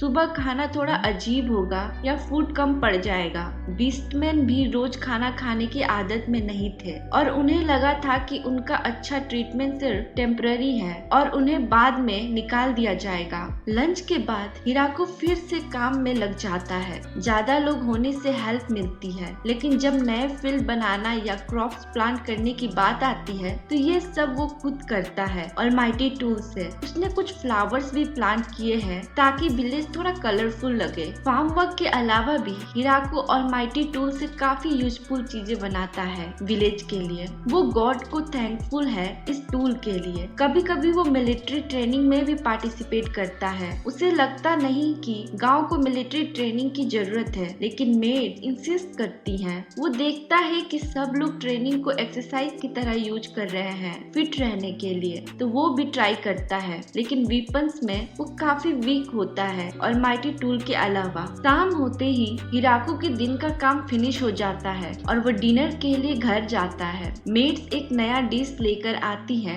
और बोलती है कि उसका टेस्ट के बारे में वो 20% कॉन्फिडेंस है। हिराको बोलता है कि सिर्फ वही डिश लेकर आओ जिसमें एटलीस्ट 50% कॉन्फिडेंस तो हो, लेकिन मेड मना कर देती है क्योंकि वो फूड वेस्ट नहीं करना चाहती। फॉरेम एक लेटर लाती है यूरी का, जिसमें लिखा है कि उसे फिर से एप्पल खाने का मन कर रहा है और एक नई ड्रेस चाहिए। फॉरेम बताती है कि यूरी को जपूतनों का बनाया कपड़े काफी पसंद आए हैं और वो पूछ रही है क्या जपूतनो और ड्रेस बना सकती है। डिनर के बाद थोड़ा रेस्ट करके हिराको बात लेने जाता है। यूजुअली वो अकेला होता है वहाँ, लेकिन रियलिटी में वो वुमेन्स बात में था थोड़े टाइम के लिए। बात के बाद हिराको थोड़ा अनईजी फील करता है क्योंकि एल्स उसे स्टॉक करने लगती है। अपने रूम में भी उसे लगता है कि कोई उसे देख रहा है, तो वो उन्हें ट्रिक से पकड़ लेता है। उसके बाद वो गॉड को थैंक करता है अच्छी लाइफ के लिए और सो जाता है। ड्वार्फ यूजुअली हमेशा अल्कोहल बनाने में बिजी होते हैं। हिराको को लगा था वो हमेशा ड्रंक होंगे, लेकिन वो अपने काम को काफी सीरियसली लेते हैं और काम के दौरान नहीं पीते। उन्होंने हिराको से बोला कि ग्रेप प्रोडक्शन 3x कर दो और हिराको ने हाँ कर दी। सेना भाग के आती है और बताती है कि एक अजीब आदमी विलेज में घुस गया है। हिराको जाके चेक करता है तो देखता है वो आदमी उस वुडन गॉड स्टेच्यू के सामने हेड बो करके बैठा है जो हिराको ने बनाया था। हिराको सोचता है ये बिना जपूतनो या एंजल्स के देखे अंदर कैसे आ गया। रू रिकॉग्नाइज करती है उसे। वो प्रोजेनिटोर वारग्राइफ है जो उससे मिलके काफी खुश है। वारग्राइफ बोलता है कि जब उसने सुना कि रू प्रेग्नेंट है तो पहले उसे विश्वास नहीं हुआ, लेकिन अब लगता है कि सच है। नॉर्मली वो ब्लड पैक्ट से अपनी लीनिएज चलाता है। प्रेगनेंसी रेयर होती है, पर वो कहता है कि बच्चे तो ट्रेजर होते हैं, उनका ध्यान रखना चाहिए। हिराको पूछता है कि ये कौन है। रू बोलती है कि इसे अपने ग्रैंडफादर जैसा समझ लो। वारक्राइफ बताता है कि वो 4000 साल पुराना है और इतने जीने का सीक्रेट है कुछ यादें डिलीट करते रहना, सिर्फ इम्पोर्टेंट चीजें जैसे नाम और क्लैन याद रखना। वारक्राइफ माफी मांगता है बिना बताए विलेज में घुसने के लिए और बोलता है कि वो सिर्फ थोड़ा देख के निकल जाता, लेकिन ट्री के नीचे वाली स्टेच्यू ने उसका ध्यान खींच लिया क्योंकि वो स्टेच्यू गोट का परफेक्ट लाइकनेस था। हिराको पूछता है क्या तुम गोट को देखे हो। वारक्राइफ कंफर्म करता है कि जब वो पैदा हुआ था तब गॉड से मिला था। गॉड ने उसे बोला था कि बेच देना, इवन दो वो थोड़ा एबनॉर्मल बॉडी के साथ पैदा हुआ था। हिराको सोचता है एबनॉर्मल बॉडी मतलब वो वैम्पायर होगा और वारक्राइफ भी यही गैस करता है। वारक्राइफ बोलता है कि वो याद करने की कोशिश करता है कि गॉड कैसे दिखते हैं और उसके लिए वो स्टेच्यू प्राइसलेस है। हिराको एक्सप्लेन करता है कि वो स्टेच्यू पूरे गांव का है तो दे नहीं सकता, लेकिन उसके लिए एक नया बना देगा। हिराको उसके लिए नई स्टेच्यू बनाता है और वारक्राइफ को वो पसंद आता है। वारक्राइफ पूछता है कि कितने पैसे दूं। हिराको बोलता है पैसे लेने का कोई सेंस नहीं, ये तो बस एक गिफ्ट है। वारक्राइफ बोलता है ठीक है, मैं सोचता हूँ मैं तुम्हारे लिए क्या कर सकता हूँ थैंक यू के लिए। गांव से जाने के बाद वारक्राइफ एक बड़े मंदिर में जाता है। वहाँ का हेड प्रीस्ट उसे देख के काफी खुश होता है और कहता है 50 साल हो गए हैं तुम्हें आए हुए। वारक्राइफ बोलता है कि वो एक स्टेच्यू को मंदिर में इंस्टॉल करना चाहता है और पूछता है कि बेस्ट जगह कौन सी है। प्रीस्ट बताता है कि बेस्ट स्पॉट तो वही है जहाँ क्रिएटर गॉड की स्टेच्यू लगी है जो मास्टर स्कल्पचर टूरुक ने बनाई है। वारक्राई बोलता है कि उस पुरानी स्टेच्यू को हटा के वो अपनी वाली स्टेच्यू वहाँ रखना चाहता है। प्रीस्ट एग्री कर लेता है। जब प्रीस्ट नई स्टेच्यू देखता है तो वो बहुत इम्प्रेस्ड होता है और कहता है ये तो किसी बड़े फेमस स्कल्पचर्स ने बनाई होगी, उसका नाम बताओ ताकि हम उसकी रेस्पेक्ट कर सके। पर वारक्राई बोलता है नहीं, नाम मत बताओ। हिराकू वैसे टाइप का इंसान नहीं है जो ऐसी फेम या अप्रिशिएशन चाहता हो। उसकी पीसफुल लाइफ डिस्टर्ब नहीं करनी चाहिए। फिर वो प्रीस्ट से कहता है कि बाकी टेम्पल्स को भी बता दो कि ताइजू विलेज के लिए रेस्पेक्ट रखना है। वारक्राई हिराकू को एक शानदार पियानो भेजता है। हिराकू पहले उसे लेना नहीं चाहता क्योंकि उसे लगता है कि ये पेमेंट की तरह है, लेकिन वारक्राई बोलता है कि ये रू की प्रेगनेंसी सेलिब्रेट करने के लिए एक गिफ्ट है। तो हिराकू पियानो को डाइनिंग हॉल में रखने का डिसाइड करता है। 3 हॉल्स की लड़कियां तुरंत पहचान लेती है कि ये वही पियानो है जो सिर्फ बड़े टेम्पल्स में होता है और स्पेशल सेरेमनीज के लिए यूज होता है। वो एक्साइटेड होती है उसे बजाने के लिए क्योंकि उनके लिए एक लाइफ टाइम अपॉर्चुनिटी है, लेकिन जब एक्चुअल में बजाने का टाइम आता है तो वो इतनी नर्वस हो जाती है कि बजाती ही नहीं। डर लगता है कहीं कुछ बिगाड़ ना दे या तोड़ ना दे। फिर वो तीनों हिराकू से बोलती हैं, क्या हमें एक और पियानो मिल सकता है प्रैक्टिस के लिए? हिराकू कंफ्यूज्ड होता है, जब एक पियानो ऑलरेडी है तो दूसरा क्यों? लेकिन फिर भी वो माइकल ग्राउंड से कह के एक प्रैक्टिस पियानो मंगवा लेता है। काफी सारी लड़कियां पियानो से इंटरेस्टेड हो जाती हैं और सीखने लगती हैं, लेकिन हिराकू को रात में नींद नहीं आती क्योंकि वो लोग रात को भी पियानो बजाने लगती हैं। हिराकू लंच ब्रेक लेने का बोलता है, लेकिन काम में इतना बिजी हो जाता है कि रू को उसे रोकना पड़ता है और बोलना पड़ता है कि चलो लंच कर लो। हिराकू सोचता है कि रू को ज्यादा मूव नहीं करना चाहिए, लेकिन रू कहती है कि सब ठीक है। उसने सुना है कि थोड़ा एक्सरसाइज करना जरूरी है। बाकी सब लड़कियां भी उसकी हेल्थ को लेके कंसर्न होती हैं, लेकिन रू बोलती है कि वो ठीक है, बस प्रॉब्लम ये है कि वो अल्कोहल नहीं पी सकती।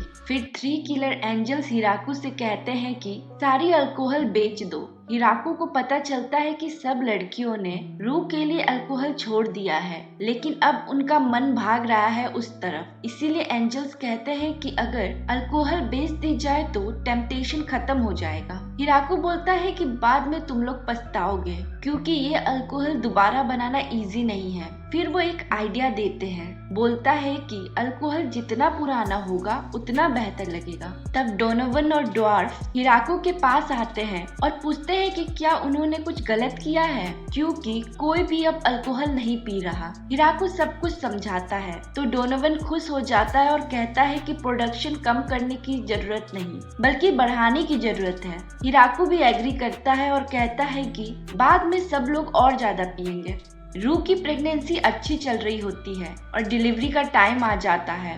गांव के लोग उसको गिफ्ट देने लगते हैं। उस रात रू को लगता है कि टाइम आ गया है और रात में वो बच्चे को जन्म देती है। सुबह हिराकू अपने बेटे एल्फ्रेड को देखकर बहुत खुश होता है। 1 हफ्ते बाद हिराकू याद करता है कि सब कुछ कैसे स्टार्ट हुआ था, अकेले जीवन जीने से लेकर अब पिता बनने तक का। उसे डाउट होता है कि क्या उसका बेटा आधा वैम्पायर है, लेकिन अभी वो तो नॉर्मल इंसान जैसा लग रहा है। सबके गिफ्ट देखकर हिराकू डिसाइड करता है कि कुछ रिटर्न में देना चाहिए। वो सब लड़कियों को बुलाता है और बताता है कि वो एक नया सिस्टम शुरू करना चाहता है, रिवॉर्ड मेडल सिल्वर कॉइन्स का। ये कॉइन वो किसी भी चीज के बदले ले सकते हैं जो उन्हें पसंद हो। टिया बोलती है कि ये तो मनी जैसा है और हिराकू कंफर्म करता है कि हाँ, फ्यूचर में विलेज को अपनी करेंसी चाहिए होगी। अभी तक तो वो सब गुड कलेक्ट करके सब में बांट रहे थे, लेकिन अब लोग बढ़ने लगे हैं तो मैनेज करना मुश्किल हो रहा है। कुछ लोग बोलते हैं कि डायरेक्ट गुड एक्सचेंज क्यों नहीं करते